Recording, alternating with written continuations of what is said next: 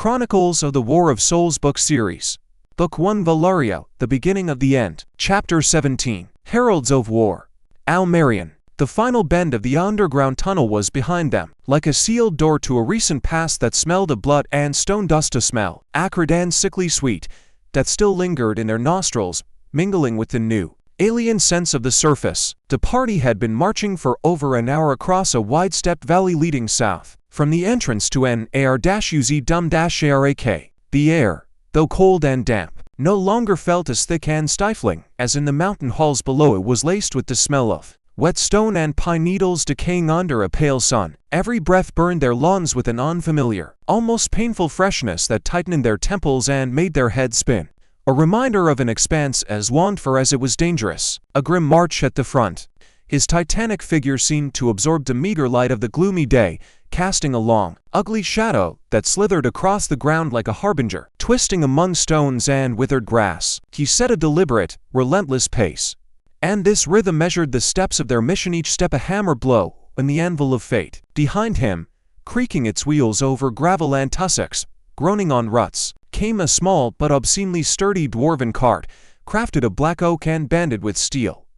Upon it, chained with thick links to a massive, unadorned frame, lay their silent and monstrous argument, to twisted, blackened shard of the adamantine portcullis of Khazad-Gatol's main gates, scorched in hellfire. Every rut, every bump echoed through the deformed metal with a dull, ominous clang, like a funeral knell for a lost fortress, for a world that was and would be no more, a knell forever etched into their hearing from the hours when the vaults collapsed and brothers died. The cart was being pushed by the stocky dwarf Borin, his short, sinewy arms gripping the shafts, his thick, red beard, woven into intricate braids clasped with copper rings, seemed to have absorbed all the dust of the roads he had walked, the dust of dungeons and the ash of pyres. Beside him, keeping pace, keenly scanning the surroundings with eyes accustomed to spotting imperfection in smooth rock, walked his younger, sprier kinsman, Thorgrim, whose gaze caught every crack in stone, every track on the damp earth. The first scout Seelan,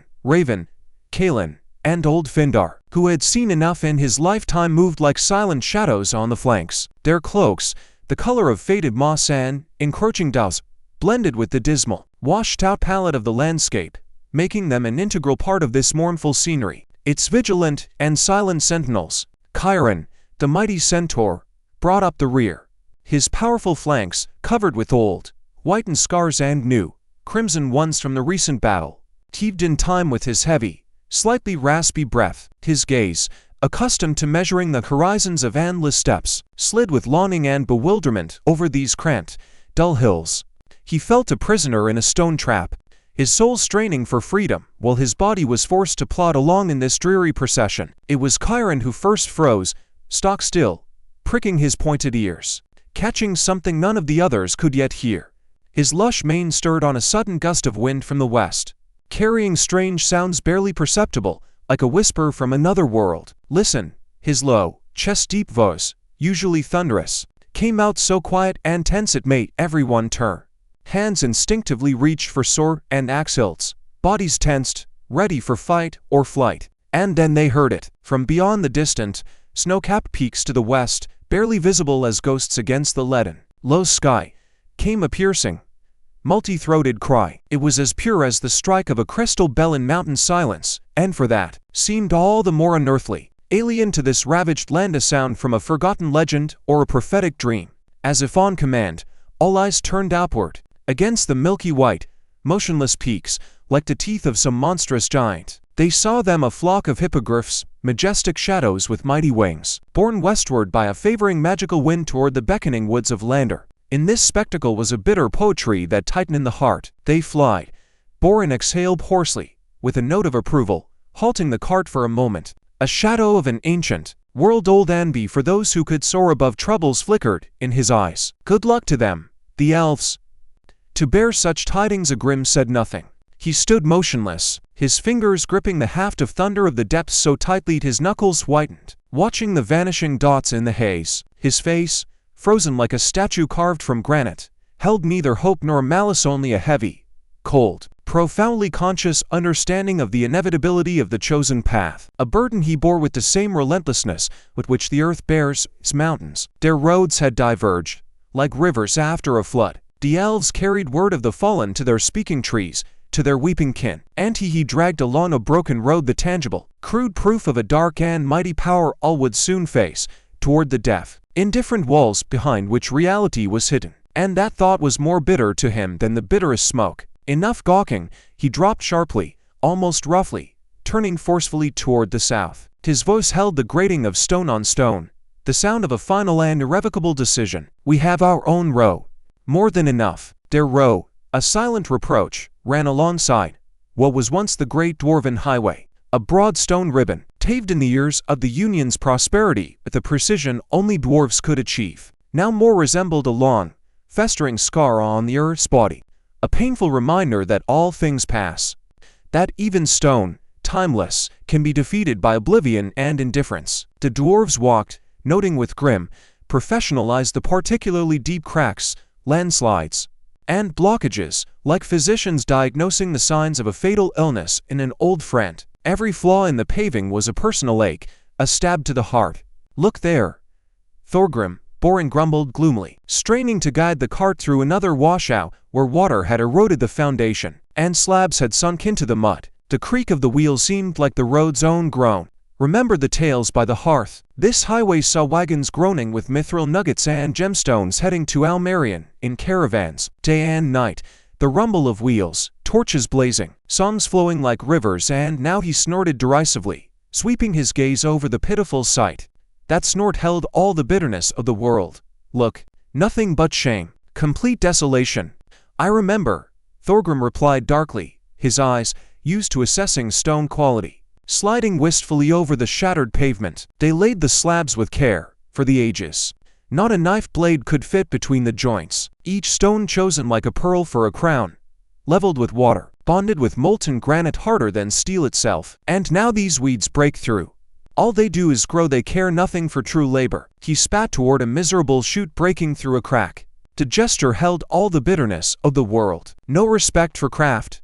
No memory of the hands that hewed this beauty from the mountain's heart. Scout Elin, a young half-elf with a face marked by the eternal internal struggle of two bloodlines, added softly to his words, looking at a derelict watchtower from which even the plaster had long crumbled, exposing the ugly rain and time-blackened stone. Her slender fingers clenched as if feeling the cold of those weathered slabs.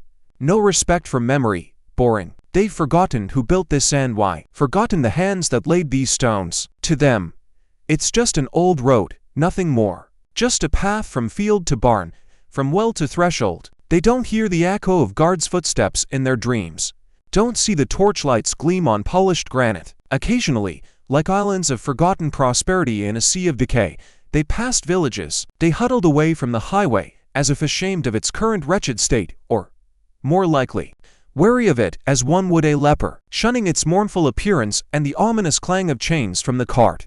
Agrim led the party to avoid undue attention, skillfully using folds in the terrain, ruts, and ravines along which the dwarven cart could be dragged. But they had to pass close by one village sprawled at the foot of a forested hill. The picture of that life, simple and ignorant of the coming darkness, unfolded before them in all its deceptive fullness, like a bright dream before awakening in utter blackness. From it came the ordinary, cozy sounds composing the music of carefree existence, the fretful clucking of hens, the irritated bark of a tethered watchdog, the ringing, ignorant laughter of a child, cutting the air with its purity. By a well with a sweep, two women in headscarves chatted, and their laughter sounded foolish and carefree against the backdrop of the grim procession. Their hands, red from work, moved lightly, unburdened by the weight of impending doom, and by the smithy or what remained of it, an open-sided shed with a single, anemic forge. A man with a sleepy, unshaven face, in a grease-stained shirt, was with dull obstinacy trying to shoe an old, docile mare.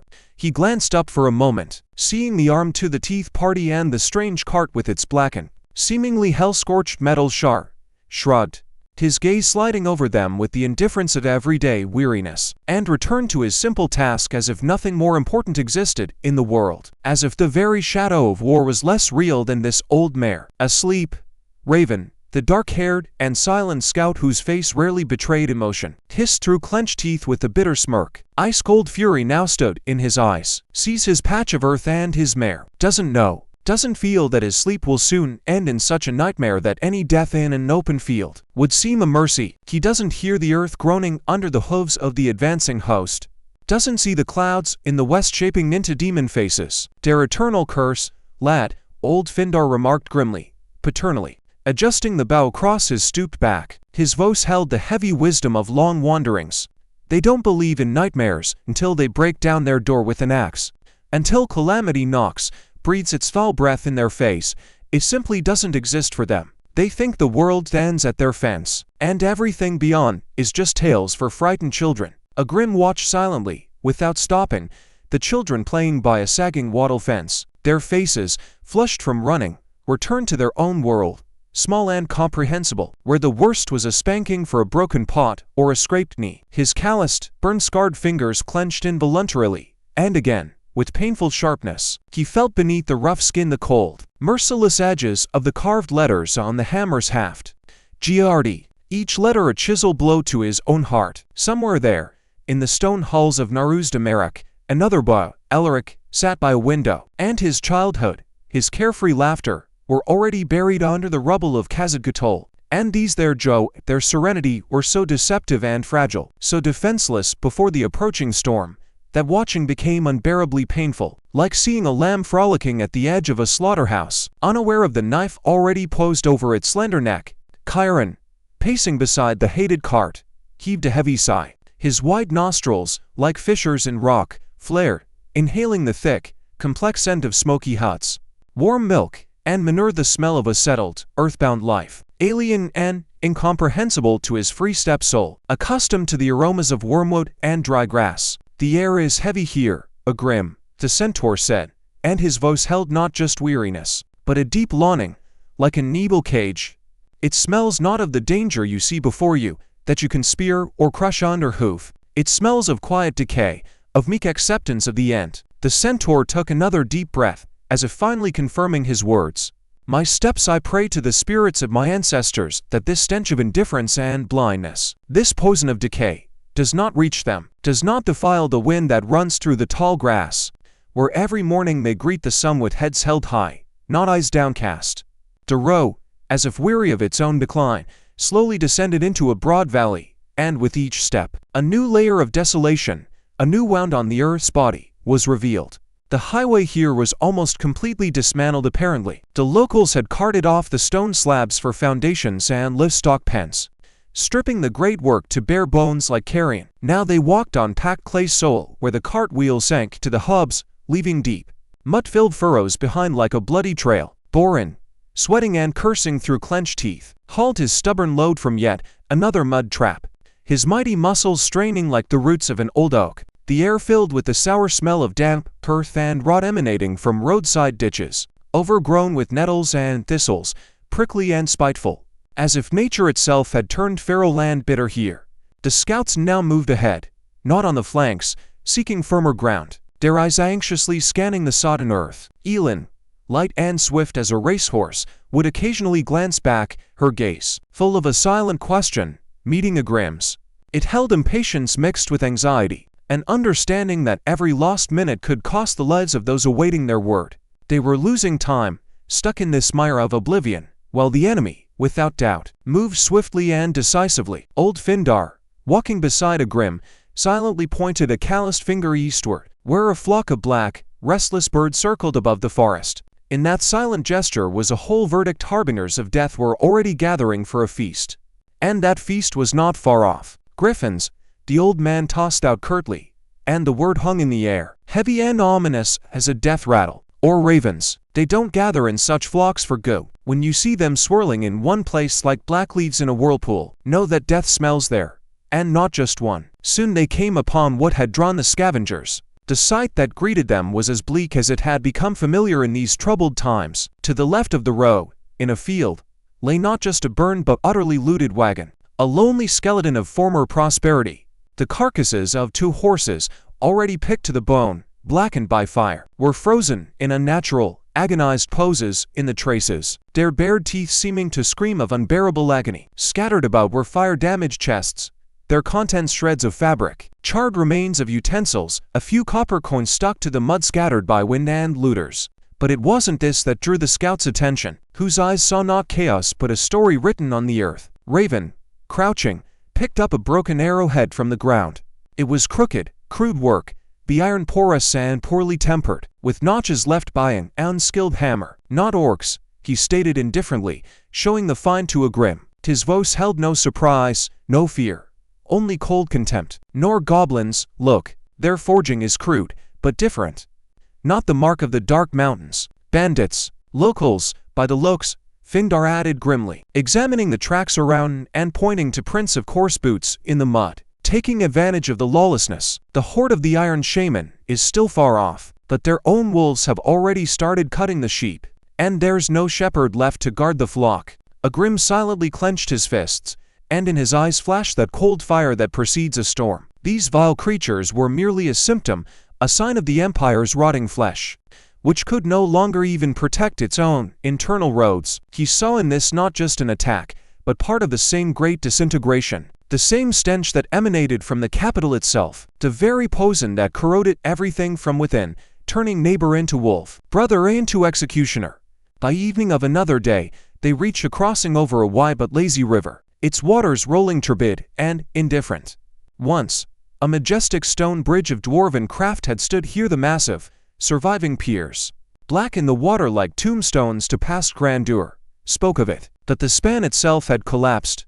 Now, rickety wooden planks, lashed together with whatever was at hand, and clearly not meant for serious weight, were thrown across the river, a pitiful parody of former mastery. A crowd had gathered at the crossing, creating a crush and a din that clogged the ears, a thick babble of despair and fear. Several carts with humble belongings, drawn by scrawny nags, a group of frightened peasants with bundles on their backs, containing their entire lives, all looked with hope mixed with fear at the narrow, creaking footbridge, seeing in it the last thread tying them to salvation. The driver of one cart, a young man with a face twisted by panic, was trying to go first, whipping his balking nag, shouting at it in a hoarse, strained voice. "It won't hold," Borin muttered grimly, eyeing the structure. His experienced dwarven builder's gaze immediately noted every weakness. "Those beams are rotten inside, like tinder. One good shove is all it takes to send this whole contraption to the ancestors." Scarcely had he spoken when a deafening crack, like a shot, dry and merciless, rang out. The young man's front wheels broke through a rotted plank. With a crash like a death groan, the front part of the bridge collapsed into the water, dragging cart and frantic animal, which let out a short, mournful cry. Shrieks, screeches, splashing for a moment, all blended into chaos. A picture of the very end of the world. Fortunately, the river was shallow there, and the youth, thrashing desperately, scrambled ashore. But his cart and belongings, all he owned in this world, were lost, swallowed by the murky water. The flimsy bridge, already dubious, was now ruined for any transport. Their path was cut off. Moans and curses filled the air, thick and viscous as tar. Now, everyone with carts faced a long, difficult detour. Agrim watched as hope in their eyes gave way to despair, as the light died, yielding to dull submission to fate. They were trapped, caught in the snare of their own powerlessness. "Take the detour," came a weary voice from the crowd, a voice emptied of everything but resignation. "The old bog trail. 2 extra days, if we don't get stuck. If the swamp doesn't swallow us." The crowd slowly, reluctantly, began turning back, carrying away their grief and humble belongings, their shattered future. They passed by Agrim's party, and in their eyes was no longer a question, but a bitter indifference. An understanding that no help or compassion was to be expected from these warriors clad in steel. And silence. No one expected help from them. Agrim watched this procession, the broken bridge, the traces of banditry nearby. It all formed a single, joyless picture, a puzzle of decline missing only the final piece. Al-Marion was not just a destination, it was the heart of this sickness, and they were bringing it not only proof of the threat, but part of its own. Walled off past the very filth and despair that had festered for years. The grim procession stretched along the old bog trail, like a wounded beast crawling into the thicket to die, every step a tremendous effort. Up front, jostling past each other, hurried those with only bundles on their backs or who had given up, abandoning their crumbling carts.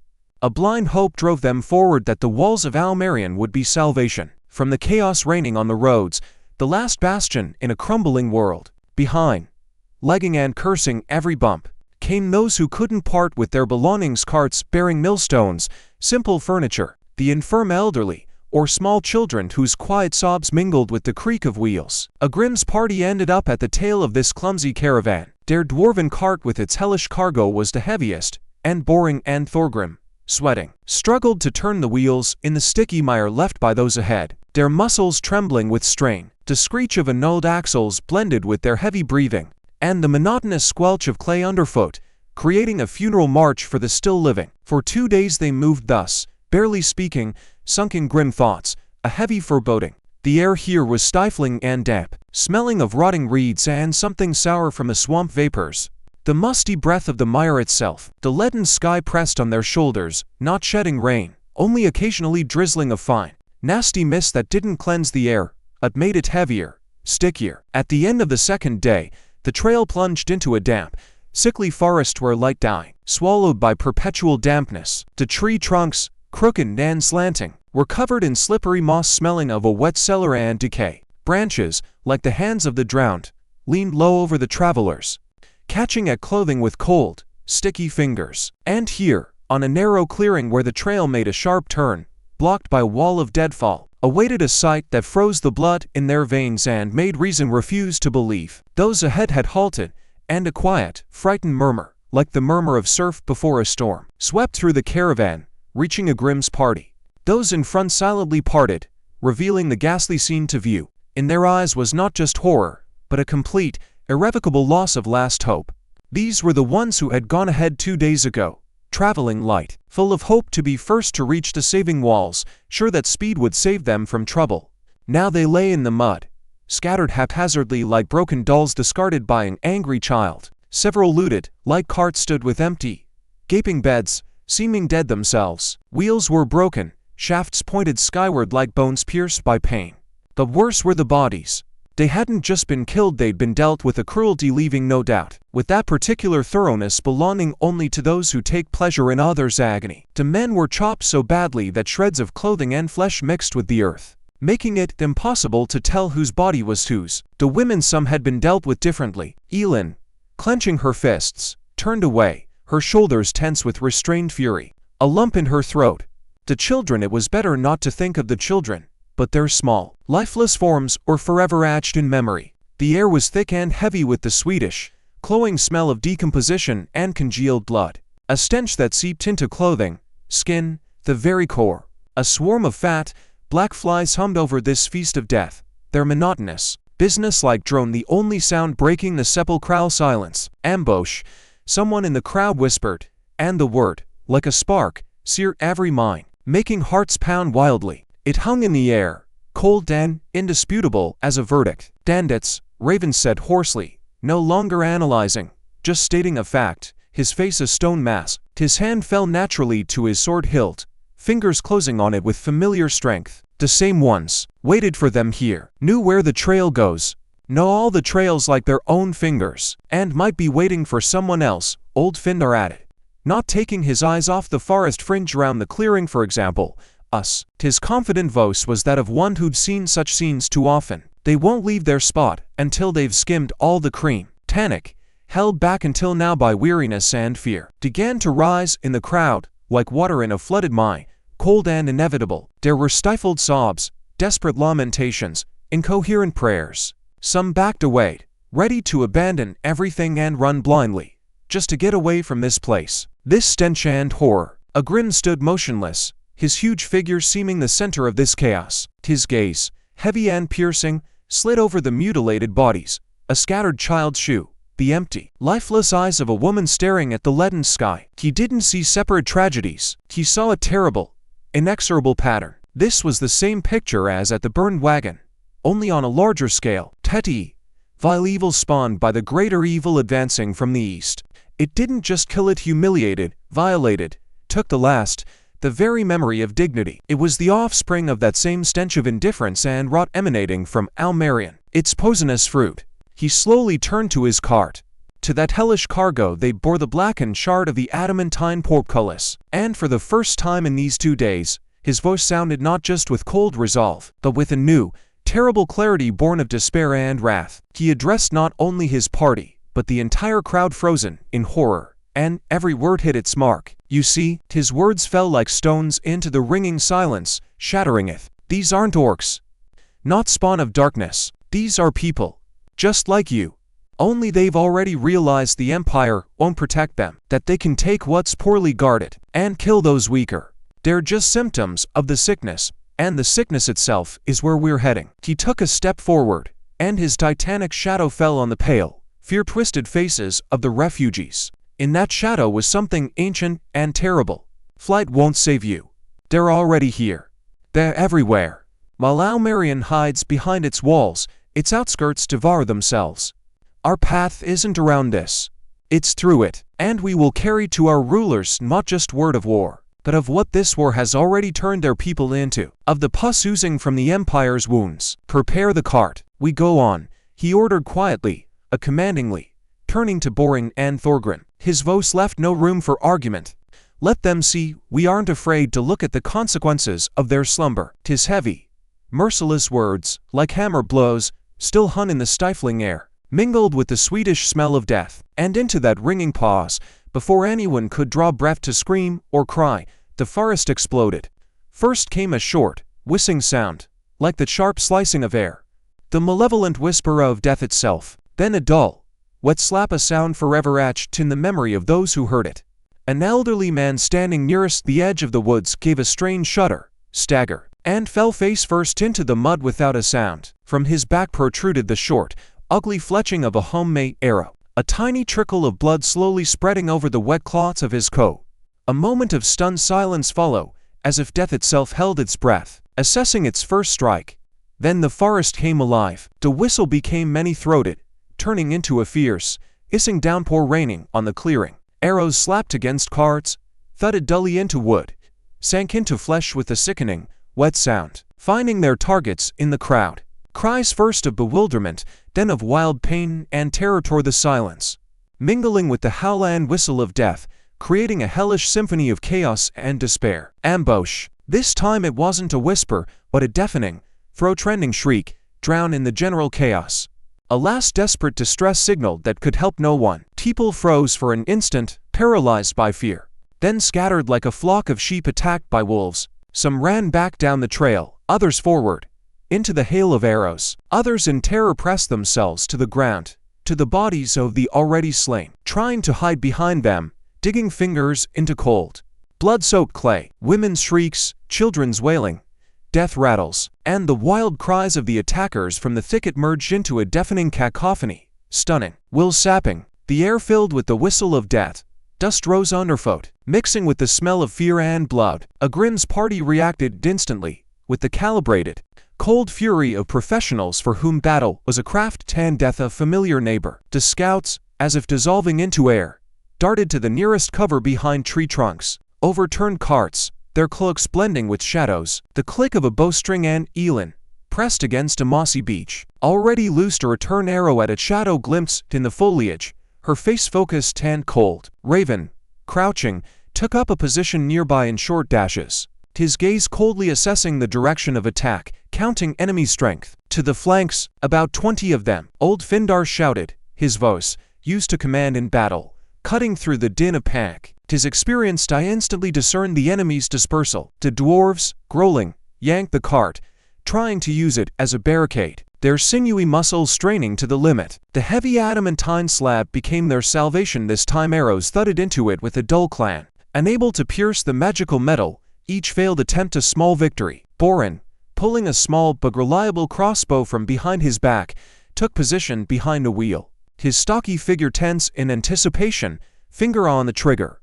Chiron, the mighty centaur, was the most visible target. The whistle of arrows enveloped him from all sides like a swarm of angry insects. One sank into his haunch, another grazed his shoulder, leaving a bloody streak. He roared in pain and rage, a wild step cry, rearing, and his mighty hooves, a terrible weapon, crashed down on the earth, Raising clods of dirt, he charged toward the thicket from which arrows flew, trying to scatter the unseen archers with his furious assault. His mane flying like a battle banner, Agrim hadn't moved. He stood amid the chaos like a rock in a raging sea, his legs seemingly rooted. An arrow whistled an inch from his head. Another struck his armored pauldron and bounced off with a dull click. His face was stone, only a cold fire burning deep in his eyes. He wasn't looking at the thicket, but at the people running, falling, dying around him. He saw a young mother, clutching an infant to her chest, stumble and fall, struck by an arrow in the back, her body convulsing. He saw an old man trying to shield his grandson with his body, both pierced by one arrow. And this picture, not the abstract threat of the Iron Shaman, but this here, petty, human evil overflowed the cup of rage that had been filling in him all these long days of travel. His fingers squeezed the haft of thunder of the depths with such force the steel seemed to groan, the familiar engraved letters biting into his palm. To me. His voice, low and thunderous, cut through the din of battle and panic, making many flinch and turn.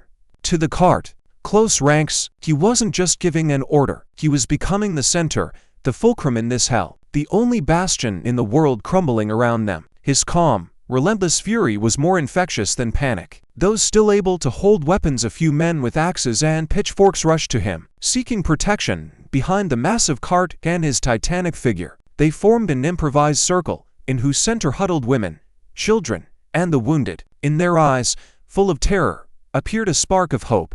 Agrim turned his head toward the woods from which arrows flew. His eyes, burning with cold fire, sought the enemy in the green gloom. Each glance like a hammer blow. Borin, Thorgrim, cover the right flank. Scouts, left, suppress the archers.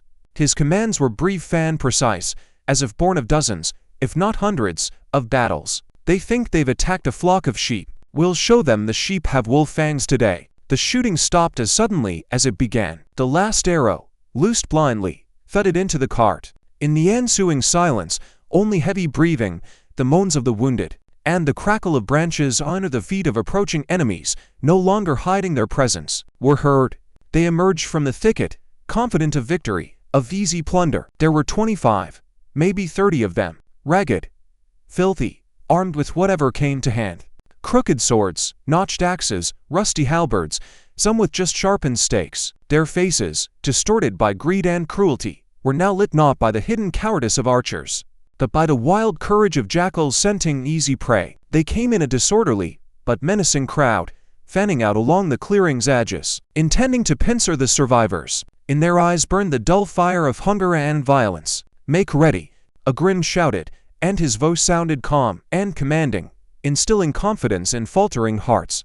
Those among the refugees who had shields, simple wooden ones rimmed with iron, raised them with trembling hands, forming an uneven but unyielding wall around the cart. A few with pitchforks and scythes stood behind them, their pale faces slick with sweat, but their eyes burning with desperate resolve, or readiness to sell their lives dearly. The first rush of bandits was met by the scouts, their actions swift and lethal as a snake strike. Elin, darting from behind a tree like a shadow, drove a short blade into the throat of the nearest attacker, feeling under her hand the grisly resistance and the warmth of gushing blood. He gurgled, choking on his own blood, and fell, convulsively gasping for air he could no longer draw.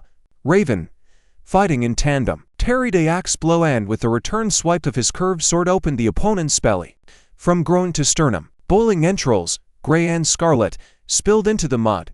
A wild shriek of horror mingling with a death rattle, creating a horrifying symphony of death. But the main mass of bandits, with whoops and curses, with a drunken fury fueled by blood and impunity, fell upon the improvised circle of defenders like surf upon a rock. Their dirty faces, twisted with greedy grimaces, drew near, and the air smelled of cheap spirits, and washed bodies, and steel.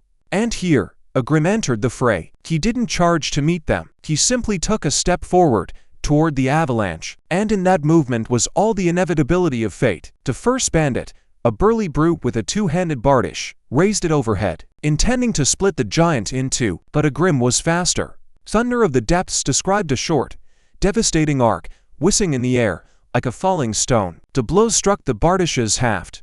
A deafening crack, like a thick, dry branch breaking. The wood snapped, and the hammer, undiminished, crashed into the attacker's chest. He flew back several paces, his chest caved in, and fell dead without a sound, only exhaling a bloody mist from his lungs. A second, screaming something incoherent, stabbed at Agrim with a spear. Agrim didn't even dodge. The point screeched past, leaving only a scratch. In the next instant, the hammer, whizzing, descended on the spearman's head. The helmet, of poor quality forgework, crumpled like an eggshell, with the crunch of breaking bone and the wet sound of a crushed skull. The headless body stood for a second, then slumped into the mud, and from where the helmet had been, a crimson sludge slowly oozed. Meanwhile, the dwarves showed what they were capable of in close quarters, their low stature and power becoming deadly advantages. Borin, dropping to one knee, hacked at the legs of two attackers with his heavy battle axe, the blade slicing muscle and bone with a wet smack. They fell with shrieks, and Thorgrim, whirling his one-hander like a reaper's sickle, quickly and mercilessly finished them off as they floundered in the mud, his axe finding gaps in their makeshift armor with precise blows. Their beards were spattered with blood, a fierce, joyous fire burning in their eyes. Chiron, bleeding from his haunch wound, created a veritable carousel of death, his animal fury making him a whirlwind. Powerful hooves shattered bones, flinging opponents aside like rag dolls with the dull thud of breaking ribs. His long spear, gripped in a powerful hand, pierced one bandit after another, the point emerging from back slick with crimson. One bold soul tried to flank him, but the centaur, with near 360 vision, kicked him with a hind hoof with such force that he flew into the bushes with a shattered skull, his body slumping lifelessly to the ground. But the defenders also took losses, each one a knife to Agrim's heart. One of the men with a pitchfork took a halberd blow to the neck and died choking on blood, its scarlet stream spattering a neighbor's wooden shield. Another, a young lad, charged forward with a scythe and was hacked down by 3 bandits at once, his body chopped into a bloody pulp. Their cries were lost in the general roar of battle, but their empty, staring eyes continued to watch. Elin, fighting off 2 attackers, felt a sharp pain burn her thigh. One had slipped under her guard and the point of his knife sliced skin and muscle. She stumbled, the world swimming before her eyes, earth and sky mixing in a bloody haze. But old Findar, as if sensing it, brought her assailant down with a precise bowshot. The arrow entering his eye, he fell without a cry. Agrim, meanwhile, fought his way toward the center of the fray, to the bandit leader, a tall, mustached man in a leather cuirass, with a decent longsword by this rabble's standards. Seeing death approaching in Agrim's form, he shoved aside a wounded refugee he'd been about to finish and took a stance, his eyes narrowing as he assessed his opponent. "I'll sell my hide dearly, you bastard," he rasped, spitting a clot of blood. Agrim didn't answer. He simply walked toward him, his steps heavy and inexorable. The leader lunged, sword flashing, aiming for the neck. Agrim parried with the hammer's haft, and the collision of steel on steel sparked a blinding shower of sparks. The sword flew from numbed fingers. The leader froze for a moment, stunned by the crushing force of the blow, his eyes wide with animal terror. That moment was enough. Thunder of the depths descended on him from above, with all Agrim's wrath and might. The blow struck shoulder and chest. The cuirass didn't crack, it dented inward, crunching ribs and tearing lungs. The leader fell like a felled tree, crimson foam gushing from his twisted mouth, his body convulsing in a death agony. With the leader's death, the bandits' furious onslaught immediately slackened, as if their spy had been removed. They saw their best lying dead, and these sheep fighting with the desperate fury of the doomed. No fear in their eyes, only cold hatred. Their fighting spirit broke. First one, then another, threw down their weapons and fled back into the forest, into the saving thickets. The rest followed, not looking back, leaving their dead and wounded, those who couldn't move and cried for help, on the battlefield. The silence after battle was heavier than thunder. It pressed on the ears, rang in the temples, mingling with ragged breathing and muffled moans from under bodies. The air, thick with the smell of blood, sweat, and spilled entrails, hung like a stagnant, suffocating pall. Every breath seared the lungs with this volatile mix. Agrim, leaning on his hammer, breathed heavily, his mighty chest heaving, drawing in the poisoned air. Adrenaline receded, and every muscle screamed of overexertion, of the monstrous force the killing blows had required. He surveyed the battlefield, and his heart, hardened in battles, clenched with familiar but no easier bitterness. The picture was joyless. The bandits' bodies lay in ugly poses, but among them were those same refugees who had just fought beside him, in whose eyes he'd seen a glimmer of hope. The young lad with the scythe, The old man, trying to shield his grandson, their glassy eyes stared at the leaden sky, and seeing, "Gather the wounded," his voice came out hoarse and weary, but with the familiar commander's firmness. "Ours bury." Then he nodded toward the bandits, and in his eyes was neither pity nor anger, only cold contempt. "Leave for the wolves. Let them at least be of use to scavengers." The work began with grim, businesslike efficiency, devoid of fuss. As if death itself dictated its inexorable rhythm, the scouts and dwarves, themselves splattered with others and their own blood, set to the task with the methodicalness that comes only after a furious fight, when the body still trembles with adrenaline but the mind is already cold. Elin, limping, having bound her thigh with a bloodied scrap torn from a cloak, together with Raven and Kaelin, moved among the surviving refugees, giving what aid she could, her slender fingers quickly cleaning wounds of dirt and applying crude bandages. Findar, his old hands steady, applied a tight bandage to the shoulder of a wounded man whose face was white with pain. In the old man's eyes was the heavy wisdom of one who had seen too much suffering. Borin and Thorgrim, having set aside their battle axes with blades dulled on bone and metal, took up the shovels they always carried on the cart. They didn't dig deep graves, there was no time, no strength, and the earth, soaked with blood, resisted. They placed the bodies of their defenders in a shallow mass grave at the edge of the clearing, under the canopy of sickly trees whose leaves seemed funereal. No one knew their names. No one spoke a eulogy. They just stood a minute in oppressive silence, then the dwarves quickly, with practiced skill, filled the pit. The sound of falling clods was like the last beats of a heart. It was harsh, quick, and practical, like death itself in these parts, leaving no room for ceremony. Chiron, bleeding, stood apart, his mighty legs trembling from strain and blood loss, his powerful sides heaving. Elin approached him, holding a jar of thick stuff smelling of mint and something bitter. "Let me see," she said quietly. In her voice was neither fear nor disgust, only a healer's focus. The centaur nodded, bending with difficulty, his mane falling over his sweaty face. The arrow had sunk deep into the muscular haunch, a dark bloodstain spreading around it. Elin, gritting her teeth, yanked the shaft free with a sharp motion, and an unpleasant, wet sound came. Chiron shuddered but made no sound, only his nostrils flaring with pain. She quickly treated the wound with the salve, which stopped the bleeding at once, and bandaged it with clean, though simple, linen soaked from a flask. Meanwhile, the surviving refugees, 15 at most, silently, heads bowed, gathered their salvaged belongings, overturned pots, scattered blankets, surviving sacks of flour. Their eyes were empty, faces smeared with dirt and tear tracks, dried and fresh. They looked at Agrim and his party now not with indifference, but with a quiet, animal-like devotion, as dogs look at a master who has saved them. These strangers had saved them from certain death.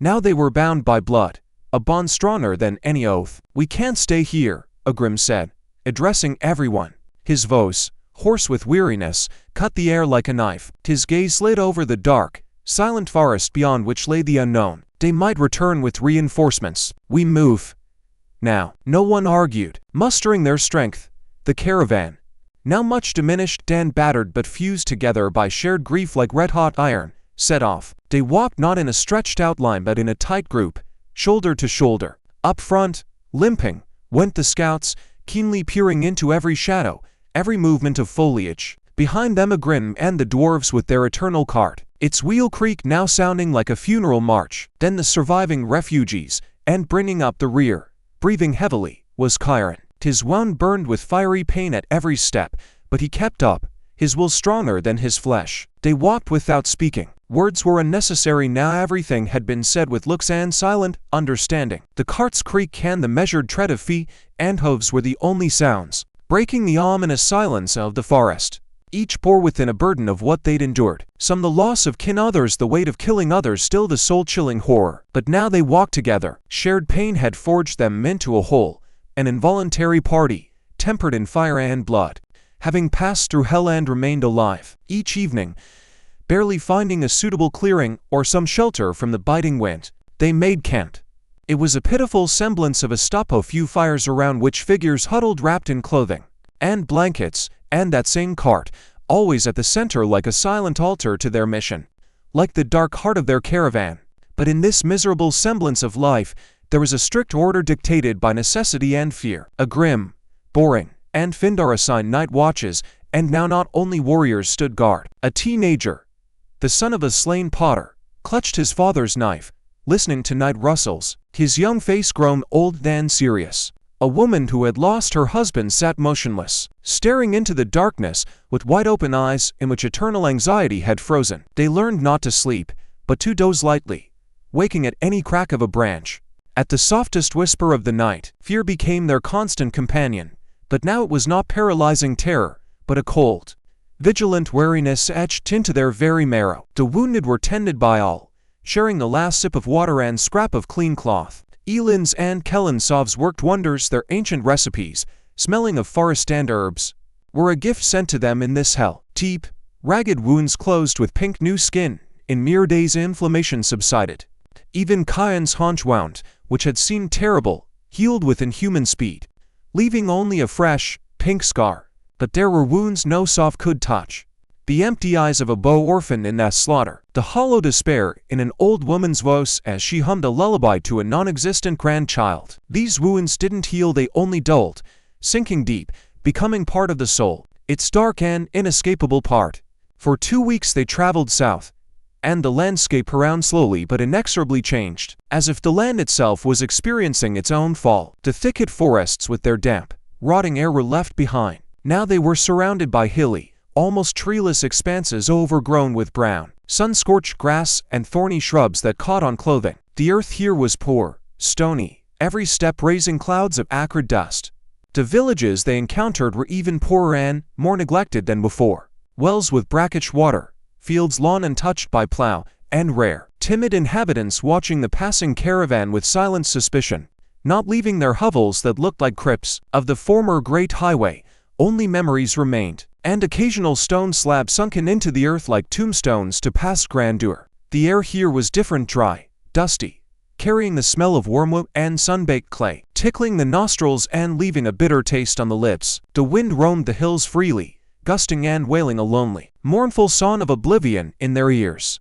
The sky became higher and more merciless, the scorching sun by day giving way to biting cold at night, these extremes sapping the body's last strength, a reminder of the fragility of all living things. They walked, and with each day, an invisible bond grew stronger in their small party, like a web woven of shared grief and mutual dependence. Common misfortune and the blood spilled on the forest clearing had erased the last traces of distrust, turning a motley crowd into something resembling a family. Women helped Elin dress wounds, their once trembling hands now confidently holding bandages and salves. The men, feeling the weight of responsibility, relieved the weary dwarves at the cart, putting in their last strength. The children, slowly thawing from the horror they'd endured, ran around Chiron's mighty figure with cautious curiosity. He bore their timid attention with patient sadness in his intelligent, understanding eyes, as if seeing in them a glimmer of the freedom left in his steps. Agrim watched this metamorphosis in silence, standing apart like a rock around which waves break. He saw how in these people,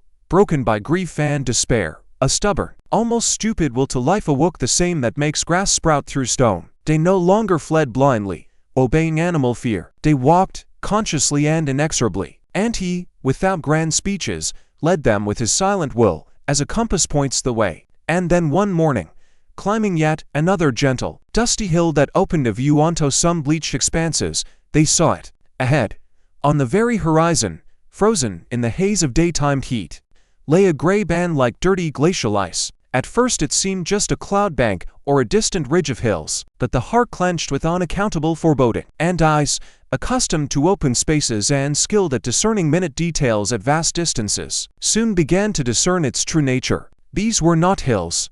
This was a wall, endless, propping up the very vault of heaven, a cyclopean creation defying the sky itself. At first it seemed solid, but then, squinting until eyes ached, one could make out tiny, needle-like projections, towers, countless, merging into a single, serrated line stretching east to west farther than the eye could see, lost in the haze like a monstrous stone serpent encircling half the world. Al-Marion. No one spoke a word. They simply stood on the hilltop, peering at this colossal, oppressive silhouette, breath-catching in silent dread. It inspired no awe. It inspired a soul deep, chilling cold. It was immense, dead, and indifferent as a tomb. From it emanated not the promise of salvation, but an icy, stone grandeur that could crush them like insects without even noticing. Without blinking its countless stone eyes, they looked at it in silence, hardened warriors, gaunt refugees, frightened children. And in that oppressive silence was a question each asked himself, looking into his soul. Was this the goal of their long and bloody journey? Did an answer, salvation, hope hide behind these blind walls? Or was this just another, more refined form of doom, not swift and fierce, in the forest, but slow, suffocating, in the stone embrace of all-consuming indifference? Agrim stood before them all, his scarred hand resting on the familiar hammer haft. He looked at the city not with hope or fear, but with the cold, honed resolve of a hunter scouting the lair of a slumbering beast, knowing its awakening would be furious. They had arrived. They had overcome the long road, full of death and pain. Now came the hardest part: to make these deaf, arrogant walls hear the bitter truth, to admit the stench of war into their clean chambers, and to remind them of a duty long forgotten. They stood at a crossroads, and the very earth seemed to await their choice. The dusty road they had walked all these days, wearing down soul and body, forked here, like fate splitting in two. One branch, wider and beaten by thousands of feet and wheels, went straight south toward the ever-nearing, now terrifyingly huge, oppressive walls at Al-Marion. The other, a barely visible, snaking trail, lost itself in the dry, faded hills to the southeast, toward the boundless steppes smelling of wormwood and freedom. The hour of parting had come, inevitable as the changing seasons. Chiron stepped forward and turned to Agrim. The mighty centaur's flanks, covered with fresh pink scars, heaved in a deep, heavy sigh, holding all his longing for freedom. His mane, tangled with blood, dust, and wind, stirred on the morning breeze as if saying farewell. "Here our paths part, Smith," Chiron said, and his low, chest-deep voice, usually thunderous, sounded with an unaccustomed, valedictory solemnity. "My steps call, and their call is stronger for me than the call of any walls. I must find the free herds before the wind from the east brings them the ash of foreign lands, and clouds their minds with clinging fear." Agrim nodded silently, and in that nod was more understanding than in the longest speech. He looked at the centaur, and memories of the fiery last battle in Khazad-dûm flashed in his mind shoulder to shoulder. Chiron's furious were mingling with the crash of his hammer. They were of different blood, from different, unlike worlds, that they were kin in earth soaked with common blood and shared unbearable weight of loss. "Carry them the truth, Chiron," Agrim said, his voice muted but firm as granite. "Tell them not only of the horde advancing like locusts, tell them the empire is blind and deaf, that an alliance, if it is to be, must be born not in gilded palace halls, but here." He struck his fist against his chest, against his heart, and here. He reached out and pointed at the centaur's powerful chest where his free heart beat. "I will tell," Chiron answered simply, without any arrogance. "I will show these scars, and I will say I saw people who did not bend when the world crumbled. That should be enough. That will suffice." He exchanged brief but meaningful glances with the scouts, with the dwarves, with Borin. They gave each other a silent, soldierly nod, a grim warrior's respect for one whose worth had been proven in battle. With Elin a long, understanding look, holding farewell and a wish for luck. Then Chiron turned to the gathered refugees. These people, whom he had shielded with his body, looked at him with silent sorrow and gratitude. "Go in peace, children of stone," the centaur said, and his words sounded like a blessing. "And remember the step. Remember there is a will that the highest walls cannot break." He moved off, his powerful hooves rustling over the dry, cracked earth, raising a small cloud of dust. He did not look back. Centaurs do not care for long, drawn-out farewells. Their soul is in motion. His figure, mighty and alone, quickly dwindled, dissolving into the shimmering haze rising from the sun-scorched hills, until it became a lone, stubbornly receding dot against the backdrop of the endless, merciless horizon. Silence stood, broken only by the rustle of wind in the brown, withered grass and the beating of their own hearts. It seemed that with Chiron's departure, their small, bonded party had lost part of its wild strength, its living connection to the free wind and open, breathing expanses. Agrim turned to those who remained, to the scouts with their tense, tanned, weary faces, to the dwarves, gloomily and solidly leaning on their trusty axes, to the refugees frightened but unbroken, having found the strength to go on. "Our path lies there," he said with a short, sharp nod of his head toward the south, toward the oppressive, alien stone masses of Al-Marion. His voice held no doubt. "We carry them their duty, and their shame. Let them accept both." He was the first to set off down the road leading to the capital, and every step echoed in the earth with a dull, decisive thud. His stride was heavy but inexorable as a glacier's movement. Behind him, wheels screeching as if complaining of their sinister burden, moved the cart with its blackened, deformed cargo. Then, shoulder to shoulder, with tense faces and watchful eyes, the scouts and dwarves, their figures expressing readiness for new trials. And then, no longer a helpless crowd, but a formation, albeit uneven, filled with bitter dignity, came the refugees. They walked, not looking back at the dusty trail that had taken Chiron to the boundless steppes. Now all their thoughts, all their fear and last, desperate hope were turned forward to the soulless, cyclopean walls behind which their fate, and perhaps the fate of all free peoples remaining beyond this indifference, was to be decided. The road leading to the capital, with every 100 paces, turned into an ever more pitiful and crowded spectacle, a true picture of apocalypse.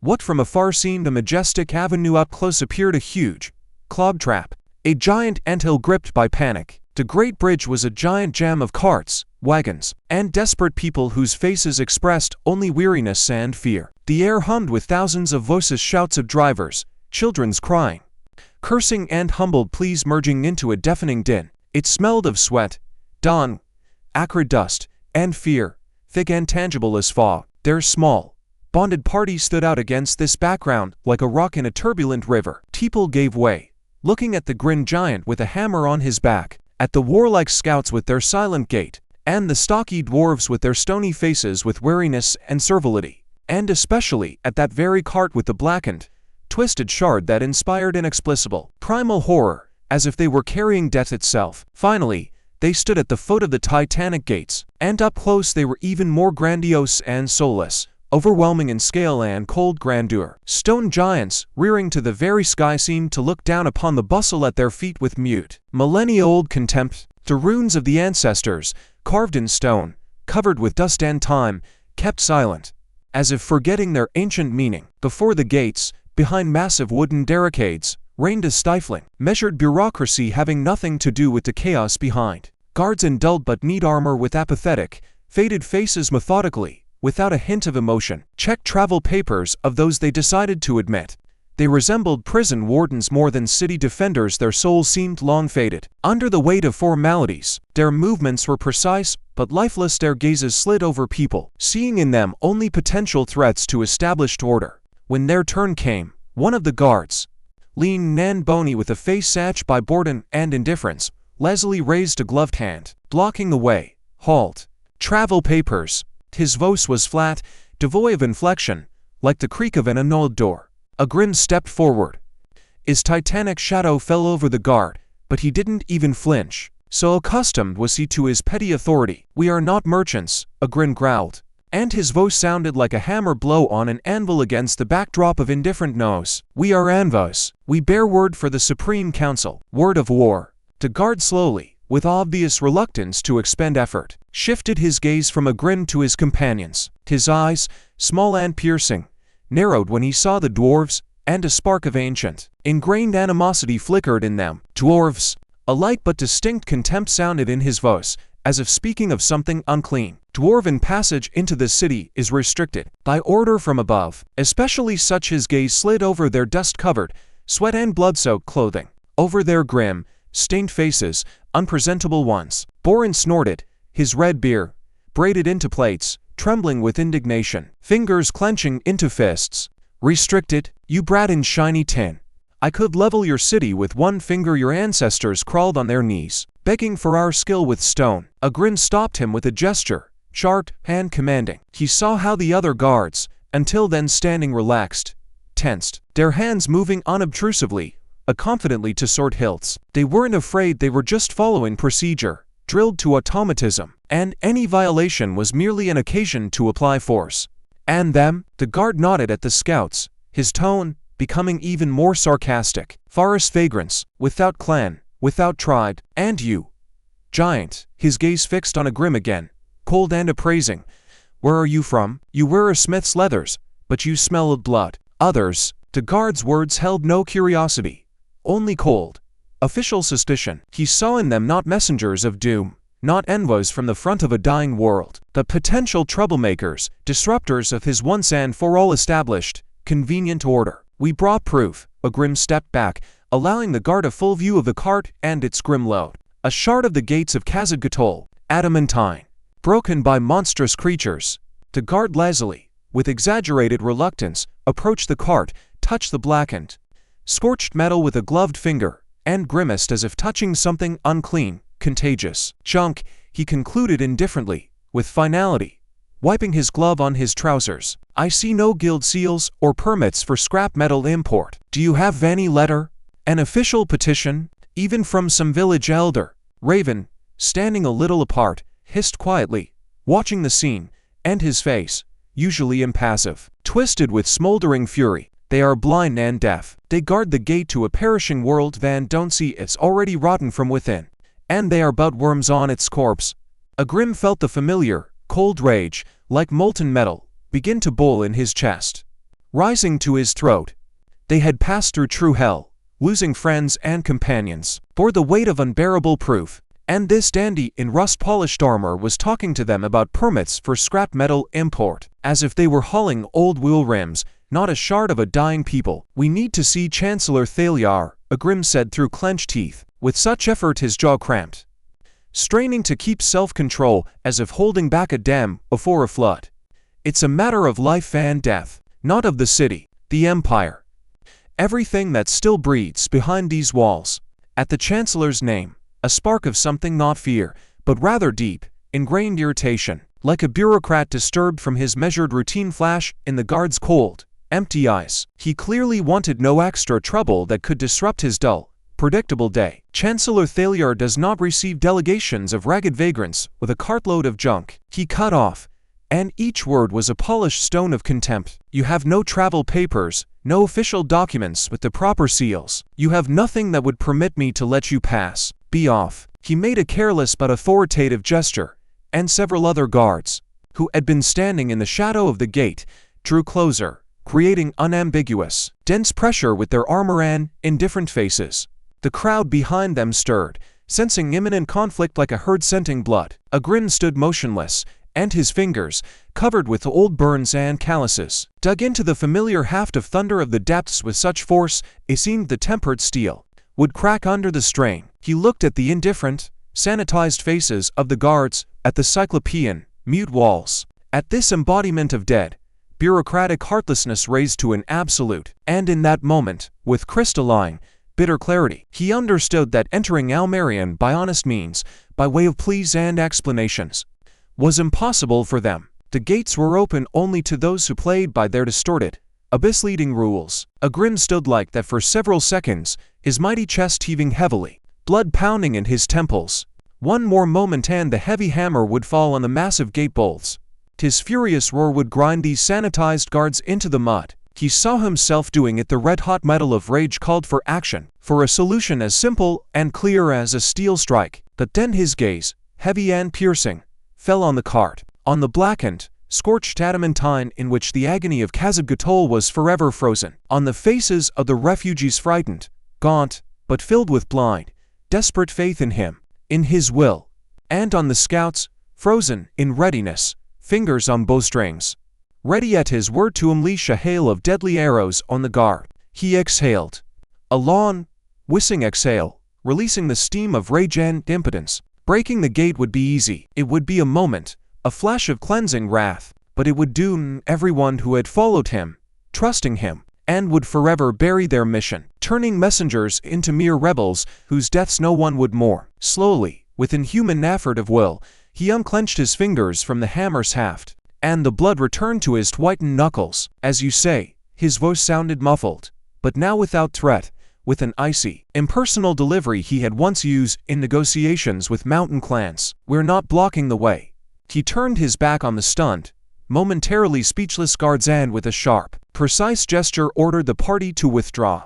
They, not fully understanding but obeying blindly, backed away from the majestic gates, leading away the creaking cart with its sinister load. What was that? Borin hissed, his face crimson with suppressed fury, when they had withdrawn a sufficient distance into the shadow of a huge, dilapidated building that had once been a warehouse and now stood like a monument to oblivion. We just left, just like that.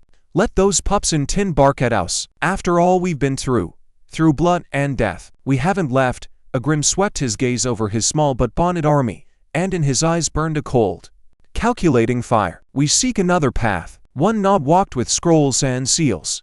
A path for those they don't want to see in the audience halls. Old Findar nodded grimly, his eyes, faded by time but not losing sharpness, already studying the giant, seemingly flawless walls, seeking invisible flaws, weak spots.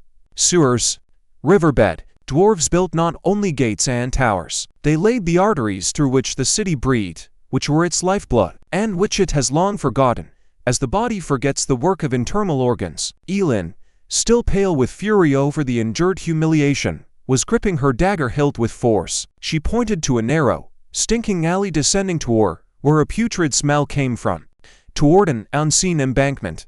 The air here thicker down there. Smells of old water, slime, and decay. That's a sure sign. Where there's stench, there's a path for unwanted guests. Their new path lay not through the shining main gates, but through the city's underbelly, through its bowels, through places usually hidden from the eyes of respectable citizens. They moved along the majestic wall, drawing wary, sometimes openly hostile glances from rare passers-by and street vendors peddling rubbish. The deeper they went into the labyrinth of narrow, filthy alleys where sun never reached, the stronger, thicker, more unbearable the smell became, a heavy mix of human waste, rotting organic matter, and something chemically acrid, eating at the mucous membrane. Finally, they emerged at the so-called riverbed embankment. This was no embankment in the usual sense, with lanterns and benches. It was a giant, stinking sewer ditch where for centuries all the waste and sins of Al-Marion had been poured. Black, oily fluid in which unidentified lumps flowed slowly, lazily between grimy stone banks, emitting an unbearable, dense stench that made eyes water. Swarms of fat, bothersome midges clouded above it. Along the edges huddled the most wretched, crooked hovels of those who had found no place in the city proper, and under the very wall, right at the water's edge, gaped grated openings, the mouths of underground drains. Like gaping maws, it was to one such opening, partially hidden by heaps of garbage and fragments of old, crumbling masonry, that Findar's experienced eye led them. The grate was old, very old, its once thick iron bars covered with a thick, layered crust of rust like a scab. Here, the old scout said shortly, without extra words, a forgotten sluice. People forgot it long ago. The grate should yield. The metal is tired. Borin and Thorgrim, without a word, with grim, businesslike expressions, pulled two massive, heavy crowbars from the cart. Their anticipation was almost tangible, a mix of rage and professional interest. They were about to not repair or create, but break the work of their own great ancestors, to bring bitter truth to those who had betrayed their legacy to oblivion, while the dwarves, with dull, methodical blows and screeching, tore the old steel, sending flakes of rust flying. Agrim stood facing the city, rearing above them as an impregnable stone mass, casting a long, cold shadow. He wasn't looking at the dark, gaping opening promising them a secret path into the capital's bowels. He looked upward, beyond these sewer vaults, at the blind, smooth walls of the imperial palace outline in the haze. They think they're safe behind their parapets and schedules. They think their walls, 10 spears thick, will protect them from the bitter truth crawling toward them from the very depths. The screech and crash of the breaking grate, echoing down the narrow tunnel, sounded to Agrim like a funeral march for Al-Marion's illusions. They hadn't come here to humbly beg an audience. They had come visiting, as grim messengers from a world these walls preferred to forget, uninvited and unexpected, coming not with bows, but with iron in hand and truth on their lips. And they brought not pleas, but a harsh verdict delivered by reality. The tunnel they entered, squeezing through the mangled rusty grate at the riverbed, was as damp, slimy, and foul-smelling as all previous ones, only wider and, it seemed, older. Slippery walls covered in black slime, the eternal, measured drip from the ceiling tasting of metal, and squelching muck underfoot in which the shapes of refuse could be guessed. The cart with its heavy adamantine load had to be left outside, carefully camouflaged in a pile of garbage and fragments of old masonry, sprinkled with shreds of rotten sacks. Dragging it through these endless, winding labyrinths was unthinkable. Wheels would have bogged down irrevocably in this filth. Now they were traveling light, if one could call an arm to the teeth. scarred and filthy, grew upon a daring penetration into the very heart of the slumbering, unsuspecting capital that they walked long and silently, pressing against cold, damp walls, listening to the echo of their own footsteps mingling with the distant hum of the city above. Time in the labyrinth of tunnels flowed differently, stretching into an endless, monotonous succession of steps, identical vaults, and nameless turns, or only rarely did branches appear, clogged with refuse. Borin and Thorgrim, accustomed to the crystalline cleanliness and order of the mountain halls, frowned with unconcealed disgust, wrinkling their noses at the stench, but strode steadfastly behind Agrim's broad back. The scouts slipped soundlessly, like ghosts. Their gazes, accustomed to perpetual half-dark, sought the slightest danger in every rustle, every shadow. And then, when it already seemed this underground nightmare would never end, Agrim suddenly slowed, his heavy boots ceasing to squelch in the muck. He sniffed the air, not that pungent, thick smell of sewage, but something else, barely perceptible, the smell of old dust, dry stone, and oil. And after another turn, when torchlight pulled from the darkness the outlines of a more regular, powerful vault, it seemed to him he recognized the familiar, half-dark contours of a hall in the flickering firelight. He sharply raised his hand, clenching it into a fist, and the entire party froze, holding their breath. The trembling torchlight pulled from the impenetrable darkness a high, spacious, almost majestic hall, and Agrim felt, despite all his composure, an icy chill run down his spine. Having nothing to do with the underground damp, he had been here, in this very place. Halt! His voice sounded muffled but commanding, breaking the oppressive silence. He brought the torch closer, and the dancing light fell on the first giant, motionlessly enthroned in a deep stone niche recessed into the wall. A mechanicus, the very same one, with a massive mechanical arm frozen in a half-open palm, and an empty eye socket in whose depth, like spiders in a burrow, tiny, motionless glass lenses lurked. Memory struck his temples, hot and clear. He had seen this very guardian on his previous visit, and that silent reproach of frozen, forgotten might again overwhelmed him, heavier than any armor. Boring, seeing the giant, gasped, unable to contain himself, his eyes widening in amazement. "I swear by the forge's flame, man, the mountain's heart, a mechanicus," he whispered, and his voice held not fear, but reverent, almost religious awe before the evidence of former grandeur. "I read of them in ancient scrolls kept in our forgotten archives, but thought they'd all vanished into oblivion with the Great Union." Thorgrim, not taking his eyes off the frozen giant, slowly nodded, his fingers nervously tugging a strand of red beard. "Not vanished, but were betrayed to oblivion by those who should have kept their memory. Remember the tales of old miners by the hearth, of a settlement on the western spurs of the Dragon Ridge, high in the mountains, on a cloud plateau where even mountain eagles don't fly," he continued, recalling words he had once heard from his kin. "They said the last of the creators remained there, those who refused to serve the empire after the schism and withdrew to mountain strongholds, taking their secrets with them. They said they still guard ancient knowledge, but admit no one, walled off from the world by ice and bottomless chasms. So they say." Raven sneered skeptically through his teeth, but his eyes, usually cold and indifferent, were fixed on the intricate interweaving of gears, pistons, and drive belts on the mechanicus's shoulder. "But who's seen them lately? Years have passed.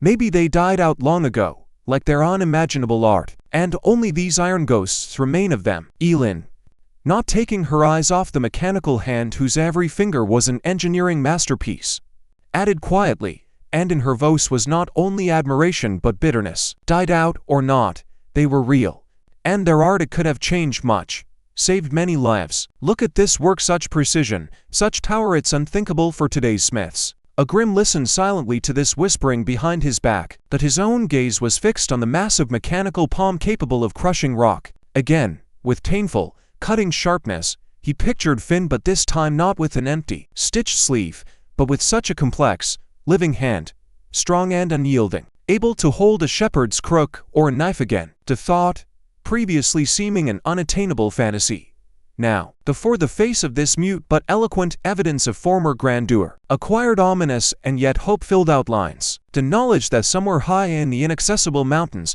perhaps, a spark of this lost mastery still glowed, burned him from within, mixing with the bitter bile of realizing that Al-Marion itself, this bastion of civilization, had allowed such knowledge to die in its dusty basements. He shook his head forcefully, as if dispelling a delusion interfering with the main goal. They could not afford to be distracted by ghosts of the past, however tempting. Not the time for memories of the past. His voice cut sharply, like an axe blow, returning everyone to harsh reality. With a gesture, brief and clear, he pointed forward. Deeper into the hall were in shadows the vague contours of other frozen giants, standing in niches like an army of ghosts, could be guessed. Our goal is the palace, not a museum. I know this way. We go on. He led them away from the silent, majestic guard of the Mechanicus, leaving behind the ghosts of lost might and shattered hopes. But a seed had been sown, the thaw of a distant mountain plateau and its mysterious, hidden inhabitants guarding lost knowledge now lived in them, quiet and insistent, like a distant, barely audible bell toll in the depths of consciousness, promising both a shadow of hope and a new, uncharted abyss of problems to solve. If they survived, they moved on. And with every step the dancing orange torchlight pulled from the embrace of darkness new giants, not men, not creatures of flesh, but progeny of unfathomable craft, standing in deep niches, sitting right on the damp, slime-covered floor, or frozen in unnatural, combative stances, as if caught by surprise by an instant, all-consuming death that came not with a blade but with silence. All were giants, bodies forever and completely claimed by steel, brass, and dark, now silent magic. One had, instead of legs, powerful, multi-segmented hydraulic pistons thick as a man's thigh, encased in time-darkened metal housings from which intricate patterns of gears and flywheels showed through. Another had a whole array of unknown, terrifying purpose tools and razor-sharp blades built right into its opened, seemingly dissected for display, chest cavity, where among cold metal voids were seen in which something must once have beaten, hummed, or spun. Their metal parts, once surely polished by masters to a dazzling mirror sheen capable of reflecting torchlight like the sun, were now covered with a thick, velvety and indifferent layer of dust, gray, tangled cobwebs hanging in heavy garlands, and rust, red as old, congealed blood, slowly and inexorably creeping over all joints, connections, and seams, eating the metal itself. Cobwebs hung from their limbs frozen in eternal, motionless inaction like funereal shrouds, stirred only by the faint movement of air from their steps. Not a sound came from them, no hum of motors hidden deep within hulls, no hiss of steam in sealed tubes, no dry, abrupt clicks of relays or latches. Only absolute, ear-pressing, dead silence, more sinister and meaningful than any noise, clang, or crash of this underworld. They resembled majestic and fearsome statues, ancient guardians of forgotten gods or kings, frozen at their eternal post forever, until the end of time. A whole legion, Borin finally exhaled, and his low, raspy voice, usually loud and confident, came out muffled, full of reverent horror. He looked stunned over the endless rows of frozen giants, his sinewy fingers involuntarily gripping his axe haft. Underground Guardians' legends spoke, but to see it with one's own eyes they're not asleep, Thorgrim said quietly, like an echo, and in his young voice, now devoid of its usual sharpness, was a deep, aching grief for losses understandable only to his people. They won't wake. They are gone. Only empty armor remains, shells from which life left, soul left, if they ever had one. When the source of magic dried up, when the river that fed them ran shallow, they simply stopped. Like clocks with broken hearts, Agrim led them silently through this mute necropolis of forgotten technology and lost hopes. His gaze, heavy and penetrating, slid over the lifeless giants and memory, as if through the thickness of years, surfaced Daryl's words from their previous infiltration here. Their mechanisms were powered not simply by coal or steam energy. They needed the life force of the world itself, magic that once flowed through the city's veins like blood through a living being's. When it dried up, when the city turned away from its roots, they simply stopped, froze, forever. Each new Mechanicus, each frozen guardian was a mute but no loud reproach, a living reminder of how much had been lost, how low and shamefully the Empire had fallen, allowing such knowledge, such power, to be covered with the dust of oblivion and the rust of indifference in its own dark basements. Finally, they reached the end of the hall, where a narrow, low passage, more like a fissure in rock, led upward to that very familiar stone slab behind which lay the palace's abandoned wine cellar. Agrim raised his hand, and his gesture, honed and commanding, made the party freeze. All fell silent, only Borin's heavy, muted breathing disturbing the quiet. Here, he tossed out shortly, without extra words, pointing a calloused finger at a barely noticeable ledge in the wall in the half-dark. The slab shifts, behind it the cellar. From there to the palace corridors. He turned slowly and met the gaze of his companions, one after another. In the uneven, dancing torchlight, their faces were tense, covered with shadows and splotches of grime. But in the eyes of each, in the stone-hard eyes of the dwarves, in the keen, predatory bird eyes of the scouts burned the same resolve, cold and unyielding. They had come through much to get here, and there was nowhere to retreat. Words weren't needed, everything was already clear in this silent exchange of glances. In clenched fists, in the familiar posture of readiness, Agrim turned to the wall, braced his mighty shoulder against the cold, rough stone of the slab, and with a familiar, already practiced effort, with a dull, grating sound like a protesting stone groan, shifted it. A familiar, complex smell struck his nose. Old, noble dust of ages, Swedish rot of oak barrels, dry mold, and cold, long and guttered wax, the abandoned wine cellar, a realm of silence and the past. They slipped out from under the slab one after another, like shadows, soundlessly and swiftly, and Agrim with a mute but understandable gesture ordered the torches extinguished. The momentary hiss of dying brands gave way to complete, almost tangible darkness. Now they oriented themselves in the thickened gloom by meager tail rays breaking from under the heavy, iron-bound oak cellar door. The air here was thick, motionless, and stifling, but through it, as through a thickness of water, now distinctly broke that very hum of alien, carefree life they had heard from below. From the underworld muffled, carefree voices, measured, paced steps on parquet, the melodic, ringing clink of crystal tableware. Like the laughter of prosperity itself, the palace lived its measured, well-fed, self-assured life, unaware and unknowing that to its very roots, to the very foundation of its might, death and despair from that world it so diligently tried not to see had already crept. Raven, the most skilled in stealth and silence among the scouts, a man whose presence could go unnoticed even in an empty room, soundlessly, with the smooth movement of a cat, crept to the door and pressed his ear to the cool, smooth wood, holding his breath, merging with the dark. Long seconds passed, filled only with the beating of their own hearts. "No one close," he whispered, and his voice was softer than the rustle of a mouse's paw on dust. But voices, many voices, somewhere above, on the stairs, very close, talking of wine, of supplies. Agrim nodded, and his face, in the half-dark, was like a mask carved from granite. The plan, born during their previous visit, suffer and refine, was simple, daring, and therefore even more dangerous. They would not assault blindly, like drunken bandits. They would find Ergen, the old, life-weary keeper of the cellars. He, Agrim remembered, didn't just guard dusty bowls. He had access, though limited, to Chancellor Taelyar. This was their thin, shaky, but only thread to grasp in this stone labyrinth. Cautiously, with utmost care, as if touching a sleeping snake, he opened the heavy door just enough to slip through, and was the first to slide out into a narrow, dimly lit servants' corridor, where familiar smells hung in the air, polishing wax, soapy water, and good wood that had absorbed centuries. Expensive but worn too, the thread carpets muffled their steps, turning them into soundless ghosts. They moved like shadows along the wall, pressing against dark panels, freezing at every turn, listening to every sound. Raven went ahead, his dark, flexible silhouette merging with deep shadows under vaults, and he unerringly led them, as if reading an invisible but clear map etched in his memory, through the tangled service passages of the palace. And then, finally, he froze, raising a hand with fingers splayed the old signal halt.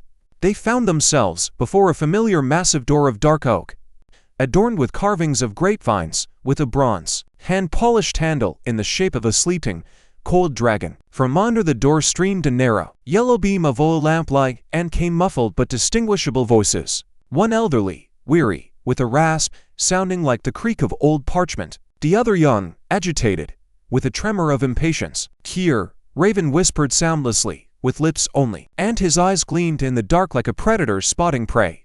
Agrim slowly turned his head and met Elin's gaze, then Borin's, Thorgrim's, the other scouts. No words, no explanations were needed now, and time for them had run out. They exchanged brief, firm nods, the harsh language of those long accustomed to danger. The plan remained unchanged, quietly, swiftly, without unnecessary noise.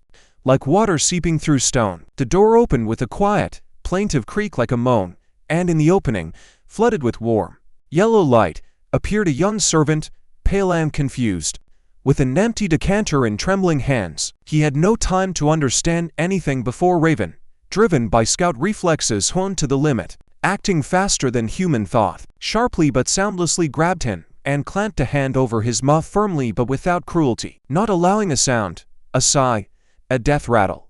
Not a sound, Elin hissed, coming close, and her eyes, cold and merciless as blade steel, bored into the frightened, whitened face of the youth. "We mean no harm. We need your master. Tell us, is he alone?" The servant, trembling all over like an aspen leaf, convulsively, with frightened eagerness, nodded. And in his wide-open eyes stood animal terror. Raven loosened his grip, and Agrim stepped forward, filling the entire opening and blocking the light. His titanic figure, smeared with the filth and mold of the underworld, his huge hammer on his back, and his face, scorched by battles and grief, were the complete, striking opposite of the cozy, dusty, old leather and wax-smelling study. Behind a simple wooden table heaped with scrolls and battered folios sat silver-haired Ergen. Seeing them, he slowly, with difficulty, rose, leaning bony fingers on the table, but on his face, furrowed with wrinkles like an ancient map, was no fear.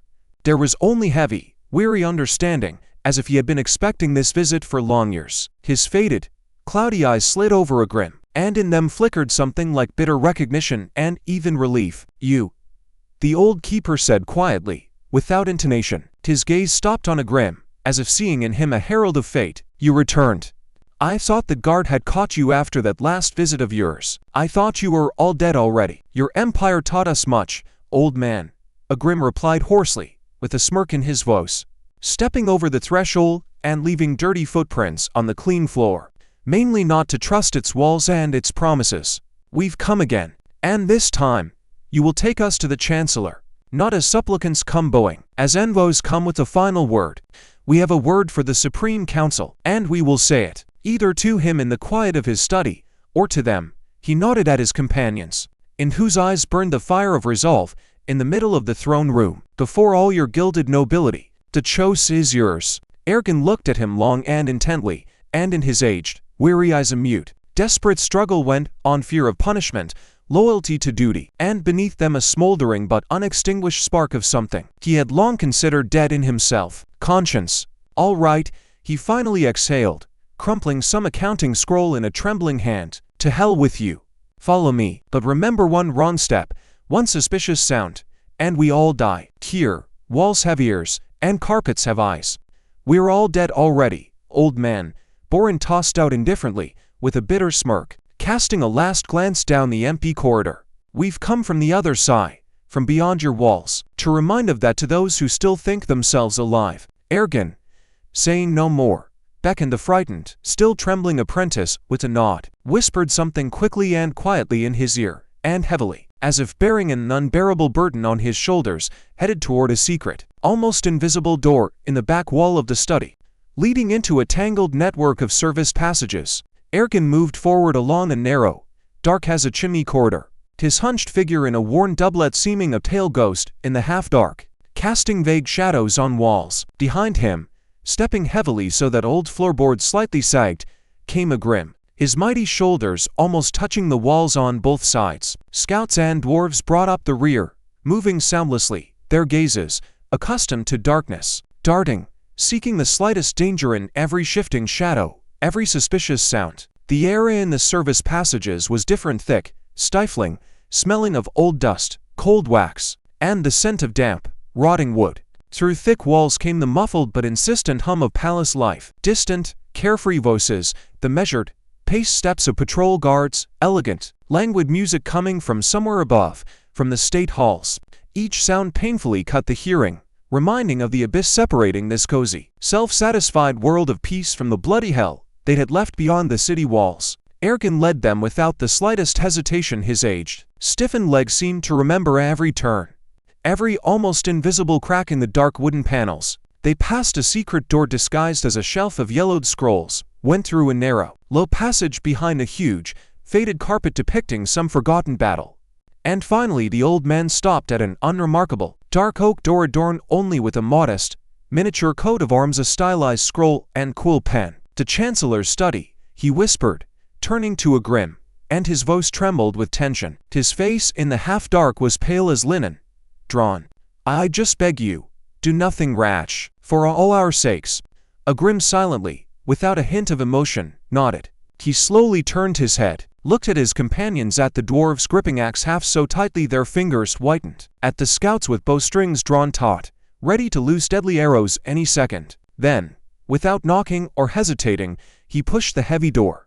It gave way noiselessly on well-kept hinges, revealing a view of a not large but strikingly cozy and warm study, lined with bookcases of dark wood to the ceiling. The air here was thick, warm, and sweetish-smelling of old, dusty paper, expensive leather bindings, and a subtle, barely perceptible scent of expensive perfume. Behind a massive, carved writing desk, absorbed in studying some huge folio, sat Chancellor Taelyar, his face, etched with wrinkles of sleepless nights and unbearable state cares, seemed carved from yellowish, veined marble.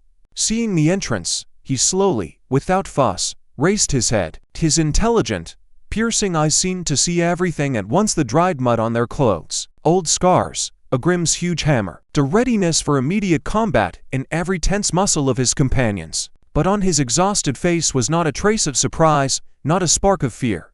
Only deep, unending, accumulated over years weariness. He carefully, with a certain pedantry, set aside the cool pen and folded his cleanly washed hands on the table covered with green baize. "Well then," his voice was even, calm, and indifferent, as if discussing a routine supply of provisions. Not a sudden invasion of armed-to-the-teeth men into his personal study. "You are here again, and judging by your faces and aroma, tidings from the east have not improved. Speak." "My time is limited." Agrim stepped forward, his shadow, huge and sinister, falling on the polished desktop and the papers lying there. "We bring you not tidings, Chancellor." His voice sounded low, muffled, and ominous, like distant thunder before a storm. "We bring a verdict. A verdict on your blindness." Chancellor Taelyar did not flinch, did not recoil, did not even raise an eyebrow. His fingers, thin and pale, with closely trimmed nails, only slightly, almost unconsciously, tapped on the dark, polished to a mirror surface of the table, beating a quiet, unhurried tattoo. "Verdicts are rendered by judges having authority to do so," he countered coldly, with icy politeness. "And I am but a servant of the Empire, which has already heard all reports and rendered its decision. It is minute and sealed." That was not a decision, but cowardice covered in ink.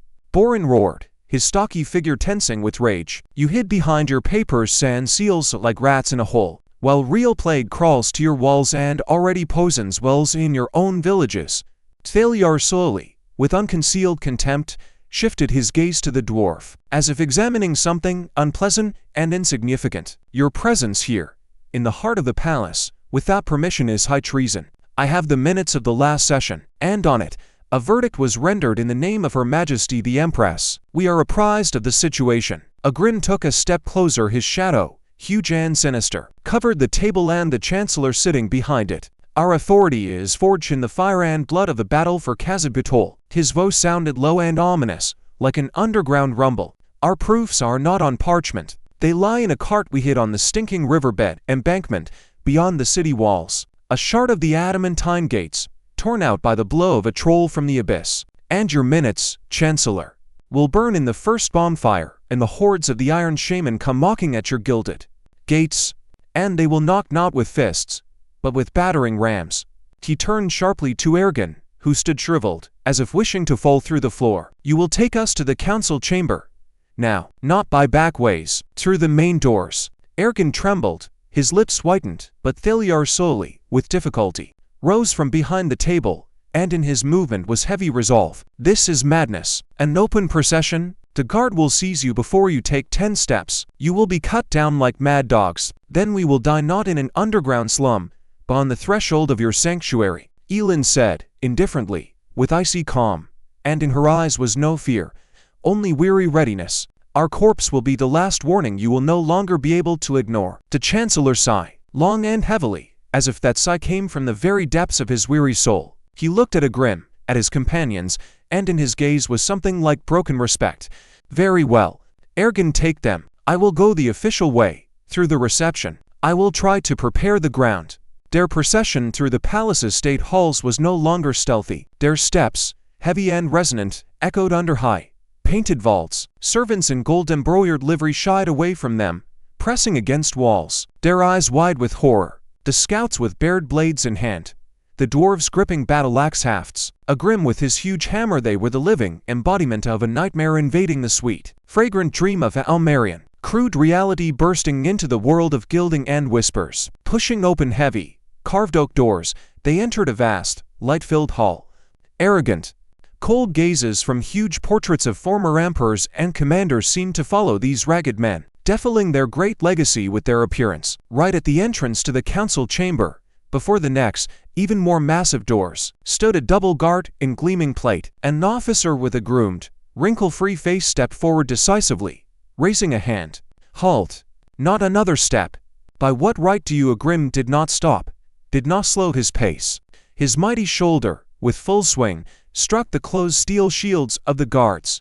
A deafening crash rang out, shouts, the clang of metal on metal. Two guards, thrown back by the crushing blow, flew aside, heavily crashing onto the stone floor. Make way for the envoys of war! Agrim thundered, and his voice, like a thunderclap, made even the staunchest shudder. That moment of confusion was enough.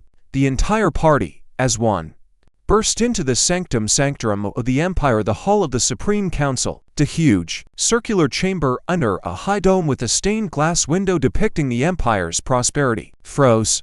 Lords and dignitaries seated at a long, gleaming ebony table all turned at the crash. Their measured, self-satisfied conversations ceased, breaking off mid-word. In the air, smelling of expensive tobacco and perfume, hung an icy, stunned bewilderment. Agrim, not slowing his pace, walked to the center of the hall, to the very table, and his dirty boots stepped heavily on the snow-white marble floor. Hear us! His voice echoed resonantly under the dome, needing no shout. The Empire stands on the brink of doom, but not from an external enemy, from its own blindness and cowardice. He swept his gaze over the well-fed, groomed, silk and velvet-clad people whose faces expressed a mix of fear, anger, and complete incomprehension. We bring you word from the world you chose to forget, to erase from your convenient maps, and that world is already knocking at your doors. Proof lies on the riverbed, embankment, a shard of the adamantine gates of Khazad-Gatol, broken like a rotten branch. What centuries, sieges, and wars could not do, one blow of a troll did. From behind the table, with a crash pushing back a heavy chair, rose a portly, obese lord with lush, grey sideburns. Lord Baron. And what, pray tell, are we to do with your fairy tales? His face, crimsoning, expressed disgusted, genuine contempt. You come here like bandits, disrupt the work of the Supreme Council, and all for some scare stories about a mythical threat? Agrim looked at him with a strange, soul-chilling calm in which was neither malice nor passion. You need only descend from this cozy hill, Counselor. Go where it smells not of perfume but of real rot. To the riverbed embankment. Lay your pampered hand on that blackened stone. Feel the cold of death that burned it from within. And then, perhaps, you will understand. Your titles, your wealth, your papers. He slowly passed a hand through the air, as if wiping away invisible dust.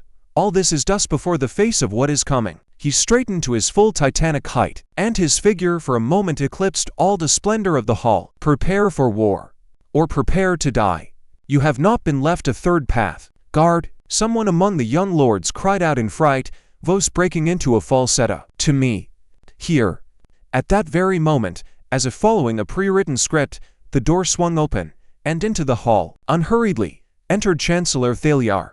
His face was pale and impenetrable, as that of a man going to the scaffold. But in his eyes burned a strange resolve. His appearance was like the appearance of a judge at a trial already held. Gentlemen, calm yourselves. His voice sounded weary but commanding, drowning out the beginning murmur and frightened exclamations. Allow me to take the floor. Calling the guard now will achieve nothing but extra blood on this marble. Let them speak. We shall listen. Lord Baron crimson even more, veins on his neck filling with blood. You realize what you're proposing, Chancellor? To these ragged men, after they broke in armed into the council hall, they broke in because they had no other way to knock on our deaf ears. Taelyar countered sharply, with unexpected vehemence. His gaze slid over Agrim, and in it was read a complex tangle of emotions. Speak, Smith, but only facts. Only what brought you here at the cost of such unheard of insolence and risk. Agrim solely drew breath, feeling dozens of pairs of eyes, full of fear, anger, and curiosity, boring into him like sharp thorns. He swept his gaze over the entire hall, these silk and velvet-clad lords, whose faces expressed complete incomprehension what was happening. People who had seen nothing beyond the high walls of their city and did not wish to see. "We come from Khazad-Gotol," he began, and his voice, rough and hoarse from weariness and endured, sounded with new, ominous force, filling the space under the dome. "Not as guests or petitioners. We took it by storm. We men, elves, centaurs, and dwarves stood shoulder to shoulder at its walls, under a hail of goblin darkness blows, under the shattering blows of giant trolls, and we shed rivers of blood to recapture that underground fortress." In the hall, where a minute before stood an indignant hum, a sepulchral, oppressive silence reigned, broken only by the crackle of logs in a huge fireplace. "We did it not for glory nor for plunder. We did it because we had no other choice." Agrim slowly turned, addressing all those gathered, and his gaze, heavy and piercing, slid over their faces. In Naruz Damerak, in ancient halls, our eyes were open to the true scale of the calamity. Elder Bride Stoneheart, he who saw the very essence of the approaching threat, told us the bitter truth. The Iron Shaman is not merely a chieftain of orcs or another barbarian leader. He challenges the very gods and the foundations of existence. His sole aim is to destroy all life, erase the very memory of our world. And his army, drinking power from dark sources, grows with each day like a plague boil. He took a firm step toward the Lord's gleaming table, and his dirty cloak coarsely contrasted with the polished wood surface. And had we left Khazad-Gotol in goblin hands, when the shaman moves his countless hordes west, they would have struck us right in the back. We would have been in a stone sack, a trap, between hammer and anvil. First Khazad-Gotol, to secure the rear, to give us a chance to unite before a common enemy, and only then to meet the main storm gathering in the east. Agrim paused, letting his words, heavy as stones, penetrate the calloused consciousness of the listeners, their minds poisoned by court intrigues. "We fought not ordinary hordes. We fought chaos itself, given flesh and steel, and we prevailed." At the price he fell silent for a moment, and in his eyes, usually impenetrable, flickered a shadow of genuine, fresh pain. The price was terrible. We left our best there, and those who survived, we saw with our own eyes what that dark power is capable of, and we understand now what the Iron Shaman is capable of. We have seen it. He pointed a hand covered with old burns in the direction where beyond the thick palace walls lay the stinking embankment. "We have brought here not fairy tales to frighten. We have brought tangible proof. There, in a cart hidden in the stinking drains of your city, lies a piece of the adamantine bolt of the gates of Khazad-Gotol. It did not melt in a forge. It did not crack with time. It was knocked out, torn by one monstrous blow. Such force cannot be ignored, pretending it does not exist. Such force cannot be allowed to reach your walls, for then it will be too late." Agrim swept his gaze over the petrified, pale lords, and in his movement was bitter mockery. Elder Bride Stoneheart was right. The war is already underway. It rages in the east, and its flame will soon reach you, and it will be decided not here, in your comfortable chairs. It will be decided there, in fields and gorges. But if you do not help us now, if you do not see the threat while there is still time, then very soon you will remain here within your strong walls alone, alone against a force before which your walls, your legions, and your pride are but dust in the wind. He fell silent, and in the ensuing silence, ringing and tense, only the heavy, ragged breathing of Chancellor Taelyar and the distant, carefree clink of crystal from neighboring chambers, where life still flowed its course, and knowing that its fate was being decided here, and now in this hall, could be heard. But the silence did not last long. It was shattered by Lord Baron's caustic, loud laugh. "A splendid, simply splendid fairy tale," he proclaimed, addressing the other lords like an actor on stage. "Hero victors come to us, to the court of Her Majesty, through sewer ditches, ancient prophecies, universal threat, and adamantine turned inside out, and all on the word of some dwarven hermit none of us has ever laid eyes on. Do you truly believe this wandering storyteller, whose tales are bolstered only by insolence and ingrained dirt?" His words, like poisonous seeds, fell on fertile ground. "Suppose, for a moment, that this Iron Shaman of yours truly exists. What is to make us believe he will turn precisely west?" Another arrogant lord added with doubt and disgust, addressing the Chancellor. The wastelands are vast and empty, and even if he turns our walls, our legions have withstood sieges more terrible. We are not children to be frightened by shadows. Your walls will not withstand what we have seen with our own eyes. In Neelan's voice, usually restrained, for the first time sounded not cold fury but icy, burning conviction. She stepped forward, and her half-elven stature, lithe and swift, sharply contrasted with the bloated, paunchy lords. You speak of walls as an impregnable shield. But a shield is useless if the enemy's sword can split the very earth under your feet. We fought beside dwarves in narrow tunnels. We saw how merciless and strong trolls are, how deadly they are even against thousands of trained warriors. But what will happen if they join the shaman en masse? They shatter stone walls with bare hands like children's sandcastles. Borin, unable to restrain the boiling rage within him, stamped his foot forcefully. The hollow thud of his sturdy boot echoed under the vaults like a hammer blow. You think we dragged that cursed piece of iron halfway across the empire, through swamps and forests, under bandit arrows, for fun, for amusement? He roared, his beard shaking with indignation. I, Borin, son of Borin, swear by my forge's flame and the memory of my ancestors. I myself have touched that metal. It is no forge flaw, no counterfeit. It is the consequence of a might before which all we know pales. We dwarves are masters in matters of smelting metals, he added, not lessening his fury. And I swear by my beard, that piece, part of the fortress gates my ancestors forged for the ages. And why, pray, should we believe the oaths of some dwarf from the roadside? Lord Baron interjected, contemptuously squinting his small eyes. Your people long ago washed their hands of us, locked in your smoky mountains, and now come here with unsolicited advice and frightening stories. Here Thorgrim sharply stepped forward, shoving Borin aside with his shoulder, his young, usually restrained face aflame with anger, eyes sparking. We locked ourselves in our mountains, yes, but because you, men, forgot the alliance sealed with the blood of our common ancestors. He cried out, and his voice, not yet having acquired full dwarven might, rang with offense and rage. For years, alone we fought and died at the walls of Khazad-Gotol, in mud and blood, due to your arrogance and betrayal of the past alliance. And what were you doing all that time? Counting your gold coins, holding banquets, and plotting against each other like spiders in a jar. The argument suddenly flared up with new force, the voices of the lords, full of arrogance and fear, merging into a deafening din of distrust and indignation. It seemed the very walls of the hall, accustomed to the whispers of intrigue, shuddered from this crude truth. The lords, hiding in their gilded cocoon of imaginary well-being, fiercely refused to see the reality threatening to burn them alive along with all their world. And then, at the very height of this chaos, slowly, with incredible dignity, rose Chancellor Taelyar. He did not shout, did not pound his fist on the table. He simply stood, and the mere silent authority emanating from his stooped figure was enough for all to fall silent. Again, staring at him. Enough, he said quietly, but so clearly and distinctly that every word was heard in the far corners of the hall. His exhausted, wrinkled face was unusually serious.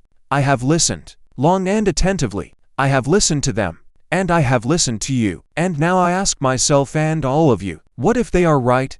What if this unimaginable might that broke their adamantine is cruel, but real truth? He slowly, with the inexorability of a judge, swept his gaze over the table of lords, meeting each. We can continue to hide our heads in the sand like ostriches. We can declare them liars and rebels and execute them as troublemakers in the square. And then, if they lie, we lose nothing but the lives of these wretches. The Chancellor paused, and in his weary, much-seen eyes flashed a strange, almost youthful fire. But if they speak the truth, if this threat is real, then our doom, the doom of all we know, will lie solely on our conscience. We will die in siege like rats in a hole, and the last thing we hear will be not a prayer, but the victorious laughter of he who came to grind us to dust. He turned his whole body to Agrim, and in that movement was a challenge to the entire council. You speak of an alliance, that different peoples united again in battle, forgetting old grudges. Agrim, not looking away, firmly nodded, his stone face unmoving. It was so. After the fall of Khazad-Gotol, when smoke still drifted over the ruins and the wounded groaned on stones, we all the survivors were witness to an oath spoken, the oath of Valaria. Agrim's words, sounding with the weight of a war hammer, swept through the hall like a thunderclap, making even the staunchest shudder. Even the most arrogant and deaf lords froze, their mouths slightly agape in astonishment. The oath of Valaria had not been spoken for centuries. It was the ancient symbol of the Great Alliance, the very foundation upon which once, in legendary times, their empire had been built. It was considered dead. Like that alliance itself, mention of it was near heresy. It was spoken, Agrim repeated, and in his voice sounded an unaccustomed solemnity, sweeping away all coarseness. Thy blood shed together, and steel crossed against a common enemy. We swore to stand for one another, to fight together, until death comes for each of us. Chancellor Taelyar closed his eyes for a long moment, as if weighing on invisible scales the fate of the empire, his own fate, and the words of these ragged heralds. Then opened them, and in his gaze was no longer weariness, nor doubt, nor fear. There was only cold, honed resolve. Then it is time for us to choose as well, he said, and his voice, usually even and somewhat muffled, acquired steely, ringing notes, to join this oath, to revive what we ourselves buried, or to remain forever in history as those who from faintness of heart and blindness allowed the entire world to plunge into darkness. I know what I choose. The Chancellor's words hung in the air, ringing and heavy like congealed metal, leaving no room for objection. Silence fell, but now it was different, not hostile nor mocking, but tense, full of awareness of a historical turning point having occurred. Lord Baron, crimsoning, tried to jump up and object, his fat fingers digging into the armrests at his chair. Chancellor, you cannot seriously propose that I do not propose, Lord Baron. Taelyar cut him off coldly. Like ice water, I inform the Supreme Council of my decision. As Chancellor of the Empire, I have the right to an urgent private audience with Her Majesty, and I shall immediately exercise it to convey to the Empress all that has been said in this hall, all the truth, however bitter and inconvenient for some it may be. He turned to Agrim and his party. His gaze was weary but firm as rock. You, however, he said, choosing his words carefully, must remain in the city. But to remain here, in the palace, is certain death. To many curious eyes, to many influential ill-wishers, his gaze for a moment, like a sting, slid over Lord Baron's crimson face. I will issue you a pass, official, under the Chancellor's seal. It will give you the right to free, but, I ask, maximally inconspicuous movement about the city. You will not be considered rebels or criminals, at least, until the Empress hears me and renders her verdict. Agrim silently, restrainedly nodded, understanding all the risk of this step. To be seized by the guard now, after all, meant to bury everything they had come for, through blood, filth, and despair. Where shall we await word? Elin asked, her elven eyes, keen and penetrating, attentively following each lord's reaction. Seeking the slightest sign of threat, Taelyar pulled a dense scroll from the folds of his luxurious robe, and quickly, with confident movements, inscribed several lines on it. Then forcefully applied his heavy personal seal. The Old Watch, a tavern near the palace square. Proprietor a man named Hagar. He does not ask unnecessary questions of his guests. It is no luxury, but a roof over your heads, hot food, and relative safety will be ensured. He handed the rolled scroll to Agrim. Do not show it without utmost need, and be cautious. Even my seal in these troubled times is not absolute protection from a dagger in an alley, or sudden arrest on a slander. Agrim took the pass, a scrap of thick, expensive paper, covered with intricate ink signs and weighted with a massive wax seal, seemed so fragile in his calloused, work-marred palm, that in this fragility lay their temporary, shaky freedom and a ghostly chance at success. We shall await, Agrim said hoarsely, without emotion, meeting the Chancellor's gaze. In this brief promise was all their fate. The Chancellor silently nodded, his face remaining a stone mask. He made an almost imperceptible sign to one of the guards by the door, the one who looked less stunned and more quick-witted. Take them, quietly, through the service exits. The scouts, dwarves, and Agrim turned as one, and silently, without looking back, moved toward the exit under deafening silence mixed with the indignant and frightened gazes of the lords. Their departure was as swift and inexorable as their appearance. They were again withdrawing into shadow, into the underground, but this time with a tiny, smoldering hope and a scrap of official paper that could decide the fate of the entire coming war. The door closed behind them with a dull thud, firmly cutting off the rising whisper, restrained curses, and the hum of a bewildered council behind it. They were again in the half-dark of endless service corridors, but now they were lit not by secrecy and fear of exposure, but by a pale semblance of official permission. The guard, having received the Chancellor's order, silently led them not through the shining state halls where curious glances could detain them, but along hidden, tangled service labyrinths where the air was thick and stifling with the smell of polishing wax, soapy water, and old wood soaked through with dampness. Finally, an inconspicuous, low door bound with worn iron, hidden in a niche, led them out not onto the glittering square before the palace, but into a stinking, narrow alley heaped with rotting vegetable crates and refuse. The sharp, almost physically palpable contrast between the gilding and velvet of the council hall and the wretched, dirty reality of the city's underbelly struck the consciousness harder than the most crushing sword blow. The old watch greeted them not with light and warmth, but with a thick, clinging smell of cheap stew, damp decay, and despair. The tavern, grown into the base of an ancient, moss-covered wall like a parasitic fungus, became their forced, temporary refuge. The air inside was thick, heavy, and motionless, smelling of sour beer, burned fat, and the sweat of unwashed bodies. In a corner, on a barrel stave, a blind old man with empty eye sockets endlessly played the same dreary, repetitive melody on a broken lute, sounding like a hopeless requiem for long-lost grandeur. Their corner, their tiny fortress, became the darkest nook in the depths of the establishment, where the sooty lamps hardly reached and shadows lay thick and unmoving. The days, stretching into endless, dreary weeks of agonizing waiting, merged into a monotonous, eventless succession. They lived in this stinking semblance of a shelter like ghosts, occasionally relieving each other at the narrow, arrow-slit-like window to steal a glance at the dirty square. The food brought to them by the sullen and indifferent proprietor Hagar was disgusting and meager. Stringy meat of unclear origin, sticky, damp bread, a turbid, warm liquid only remotely resembling ale. Every spoonful of that slop, every sip, was a bitter, daily reminder they had fought and come here not for the revival of former glory or wealth, but against the final, all-consuming transformation of all living and wholesome into such a miserable, hopeless parody of life, that they were kept afloat, like a thin, invisible rope, by that very thin, barely noticeable thread of hope they guarded more than life. Every few days, usually toward evening, a puny, frightened errand boy would make his way to their table, weaving between drunken patrons, and stealthily hand them a small, grease-stained, tightly rolled scroll. Tidings from Taelyar, written in conventional, allegorical phrases, were their only living connection with the reality that remained beyond the walls of this den, the reality in which their fate and the fate of the empire were being decided. Tilling the soil proceeds, fertilizer meets resistance,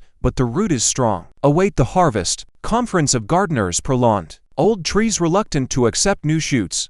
Your patience is your strength. Agrim spent long, dragging hours motionlessly sitting in the corner on a hard bench, his mighty, titanic figure seeming carved from the same dark, old wood as the crude table before him. His fingers, covered with old burns and scars, again and again, almost unconsciously, felt the familiar letters carved on the hammer half-Giardi. He watched his people at Elin's pale, gaunt but unwaveringly resolute face, at the dwarves gloomily muttering under their breath, fingering amulets, at the silent as stone raven, whose eyes constantly scanned the room. They had come through fire, blood, and death to bring their bitter truth, and now their last line of defense had become this stinking, wretched hole, and their main and most exhausting weapon patience, viscous as tar and merciless as these long, endless weeks awaiting the final verdict.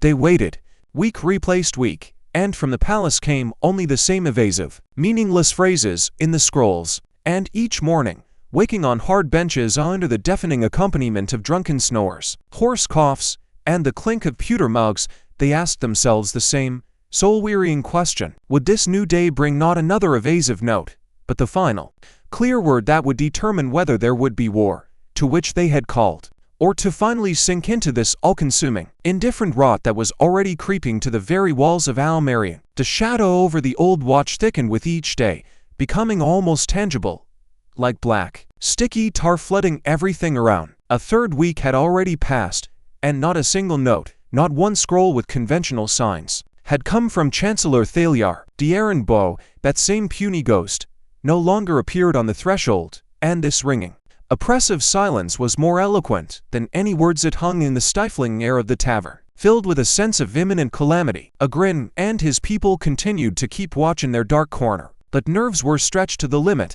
like a bowstring before a shot. Even the dwarves, usually restless and loudmouthed, sat gloomily and hardly spoke, only occasionally exchanging rare, raspy phrases more resembling growls. Every creak of the door, every new, suspicious patron made their hands instinctively grip sword and axe hilts, their gazes becoming sharp and ready for combat. And then one morning, when the sun barely broke through the dirty windows, the accustomed dreary routine was shattered by a sound that caught the breath, a measured, iron, ominous drone of dozens, maybe hundreds, of footsteps. Not just the steps of a random patrol, this was a uniformed tramp, approaching from the direction of the palace square and growing with every second. Elin, on watch at the narrow, arrow-slit-like crack, sharply straightened, her face, already pale, whitened like chalk. To guard, she exhaled, not taking her intent gaze from the street, where in the dusty haze the silhouettes were already beginning to emerge. Many, a whole detachment, heading straight here. The next moment, the tavern door swung open with a deafening crash, tearing off its hinges, admitting a blinding column of dusty morning light and the street stench. On the threshold, roughly shoving aside the frightened, stammering Hagar, stood Lord Baron. His portly, obese figure was clad in a luxurious, silver-embroidered but deliberately armorless doublet, and on his satiated, puffy face played a self-satisfied, caressing smile of a hunter who has found his prey. Behind his back, filling the entire narrow alley and filling it with the clang of steel, several ranks of guards in armor gleaming in the sun with halberds at the ready, were arrayed in flawless order. A sepulchral, dead silence reigned in the tavern, broken only by the heavy breathing of its inhabitants. Even the blind lutist fell silent, helplessly dropping his bony hands. Well then, Baron's voice sounded loud, sweet, and insolent, as if he were pronouncing a dashing toast at a court banquet. Found, rebels, enough of you hiding in this stinking hovel like frightened cockroaches. Time to answer for your deeds. Agrim slowly, with incredible dignity, rose from his place in the darkest corner. His titanic figure in the half-dark seemed even larger and more sinister, casting a huge, sprawling shadow on the wall. He said not a word, only his gaze, cold, heavy, and full of indifferent hatred, fixed on the Lord, as if seeing in him not a man but something contemptible. Don't look at me so fiercely, my dear. Baron took a few hesitant steps forward, fastidiously treading on the sticky, filthy floor covered with stains.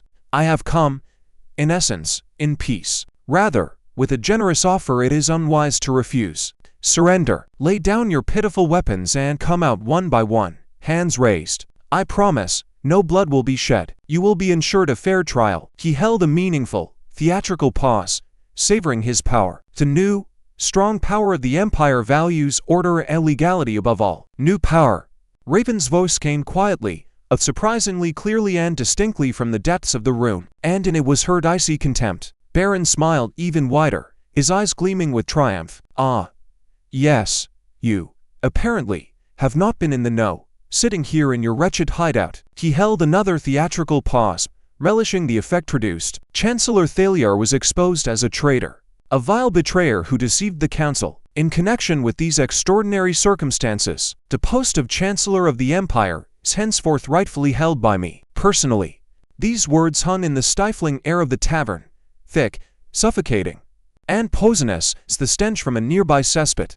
Everything fell into place, like pieces of a grim puzzle. The long silence, the drawn-out, exhausting waiting, this was not the indecision of the old power, but a quiet, methodical, and ruthless coup d'etat, of which they had become the victims. Agrim slowly swept his gaze over his faithful comrades, frozen in readiness. He saw in their eyes, in Elin's burning eyes, in Boren's bloodshot eyes, in Raven's cold eyes, the same fury, the same bitter understanding and awareness of the trap. They could have fought. They would have laid low a dozen of these shining dandies before being overwhelmed by numbers and crushed.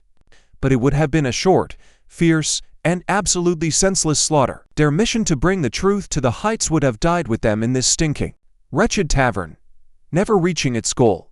He met Elin's gaze, then Boren's, and in their eyes he read the same heavy, humiliating, but in this situation the only correct decision. Slowly, with inhuman effort of will, suppressing the boiling rage in his chest, Agrim unclenched his mighty fingers, gripping the familiar haft of thunder of the depths. The dull, final thud of the massive hammer on the crude, notched floorboard sounded in the silence louder than any battle cry. Without blood, Agrim said hoarsely, almost soundlessly, and his voice was low, lifeless, and full of bitter grief. "We surrender." He took the first heavy step forward, toward Lord Baron's triumphant, greedy gaze and the dozens of cold, shining blades aimed at him. They had lost this battle without even managing to draw their weapons. They were led through a labyrinth of gloomy, damp corridors, leading ever deeper into the stone mass, into the very underbelly of power. The air with every step downward became heavier and more stifling, thickly saturated with the smell of old mold, rusty iron, and human despair ingrained into the stones over long years. Finally, the guard roughly, with dull force, shoved them into an extensive semi-basement chamber with low, soot-blackened vaults, a true stone sack divided into several cells by massive, time-blackened wrought iron grates whose bars went right into the ceiling. This was not just a temporary holding prison. This was a stall, oblivion for those the new power had decided to erase from memory and life. Through the coarse, cold bars of the grates they saw each other like animals in a pen. And in the neighboring cell, leaning his back against the damp, rough stone, sat he whose encrypted notes had been their only hope all those long weeks. Chancellor Taelyar. His face, recently etched with wrinkles of state cares, was now gray, earthy, and utterly drained, as if his soul had been removed. The clothes on him were the same as in his study, an expensive doublet, but now it hung on him like a sack, as if this man had shriveled and thinned over a few weeks like parchment. He slowly raised his gaze to them, and his extinguished eyes was neither surprise nor reproach, only a bitter, all-understanding acceptance of a common fate. "Forgive me." His voice was quiet, hoarse, and cracked, barely reaching through the palisade of iron bars. "I underestimated their greedy thirst for power, and overestimated the influence of reason and duty in their hardened hearts." Agrim silently, with a heavy thought, lowered himself onto the cold, damp stone floor of his cell. No bench, no straw, only bare stone polished by thousands of feet. Water slowly seeped down the walls, leaving dark, sinister streaks like tear tracks. The only ghostly connection to the outside world was a tightly barred narrow half-window in the wall. Through it penetrated pale, sickly daylight, and came muffled, distorted sounds of that same city, the distant hum of voices, the creak of carts, someone's laughter. But together with them, into the cell crept that very stench they had first recognized on the embankment, the acrid, suffocating mix of vapors from the riverbed, workshop smoke, and all-pervading city stink. This was the air of Al-Marion, the very air they had come to save from doom. And now it had become their prison miasma, slowly poisoning their lungs. Borin, unable to contain his rage, kicked a thick bar of the grate with his sturdy boot. But it only gave a dull, visceral clang. "Traitors! Cowardly! Fat pups!" he rasped, his face contorted by a grimace of impotent fury. "We should have stayed in our impregnable mountains, not listened to these imperial fools enough." "Borin," Elin said quietly, but firmly. She stood motionless, hugging herself, looking at the dim, dusty square of the window as at a last hope. "What's the use of such words now? We did all we could. We went to the end. No weak spots. Stone of old, dwarven masonry still. Grates driven into it for good. No way out from here," only gloomily stated Raven, having coldly and methodically searched every corner of his cell. And his voice sounded like a verdict. They sat in their cramped cells, separated by grates but united by the complete and joyless awareness of the utter collapse of all their efforts. They had come through the fire of battles and the horror of privations, carried their bitter truth halfway across the empire, only to end up in this damp stone sack, cast aside by those they had desperately tried to save. The last spark of hope that had smoldered in them all these weeks of agonizing waiting finally died out, extinguished by the icy wind of betrayal that penetrated through the grated window, along with the stench of the slowly dying city. The bitter acknowledgement of their utter hopelessness hung in the stifling, musty air of the dungeon, heavy, tangible, and indisputable as the centuries-old stone around. They were trapped, and the key to it was in the hands of those who had already mentally crossed them off the lists of the living. Thank you for your attention. Please like and subscribe so you don't miss the next part and chapter.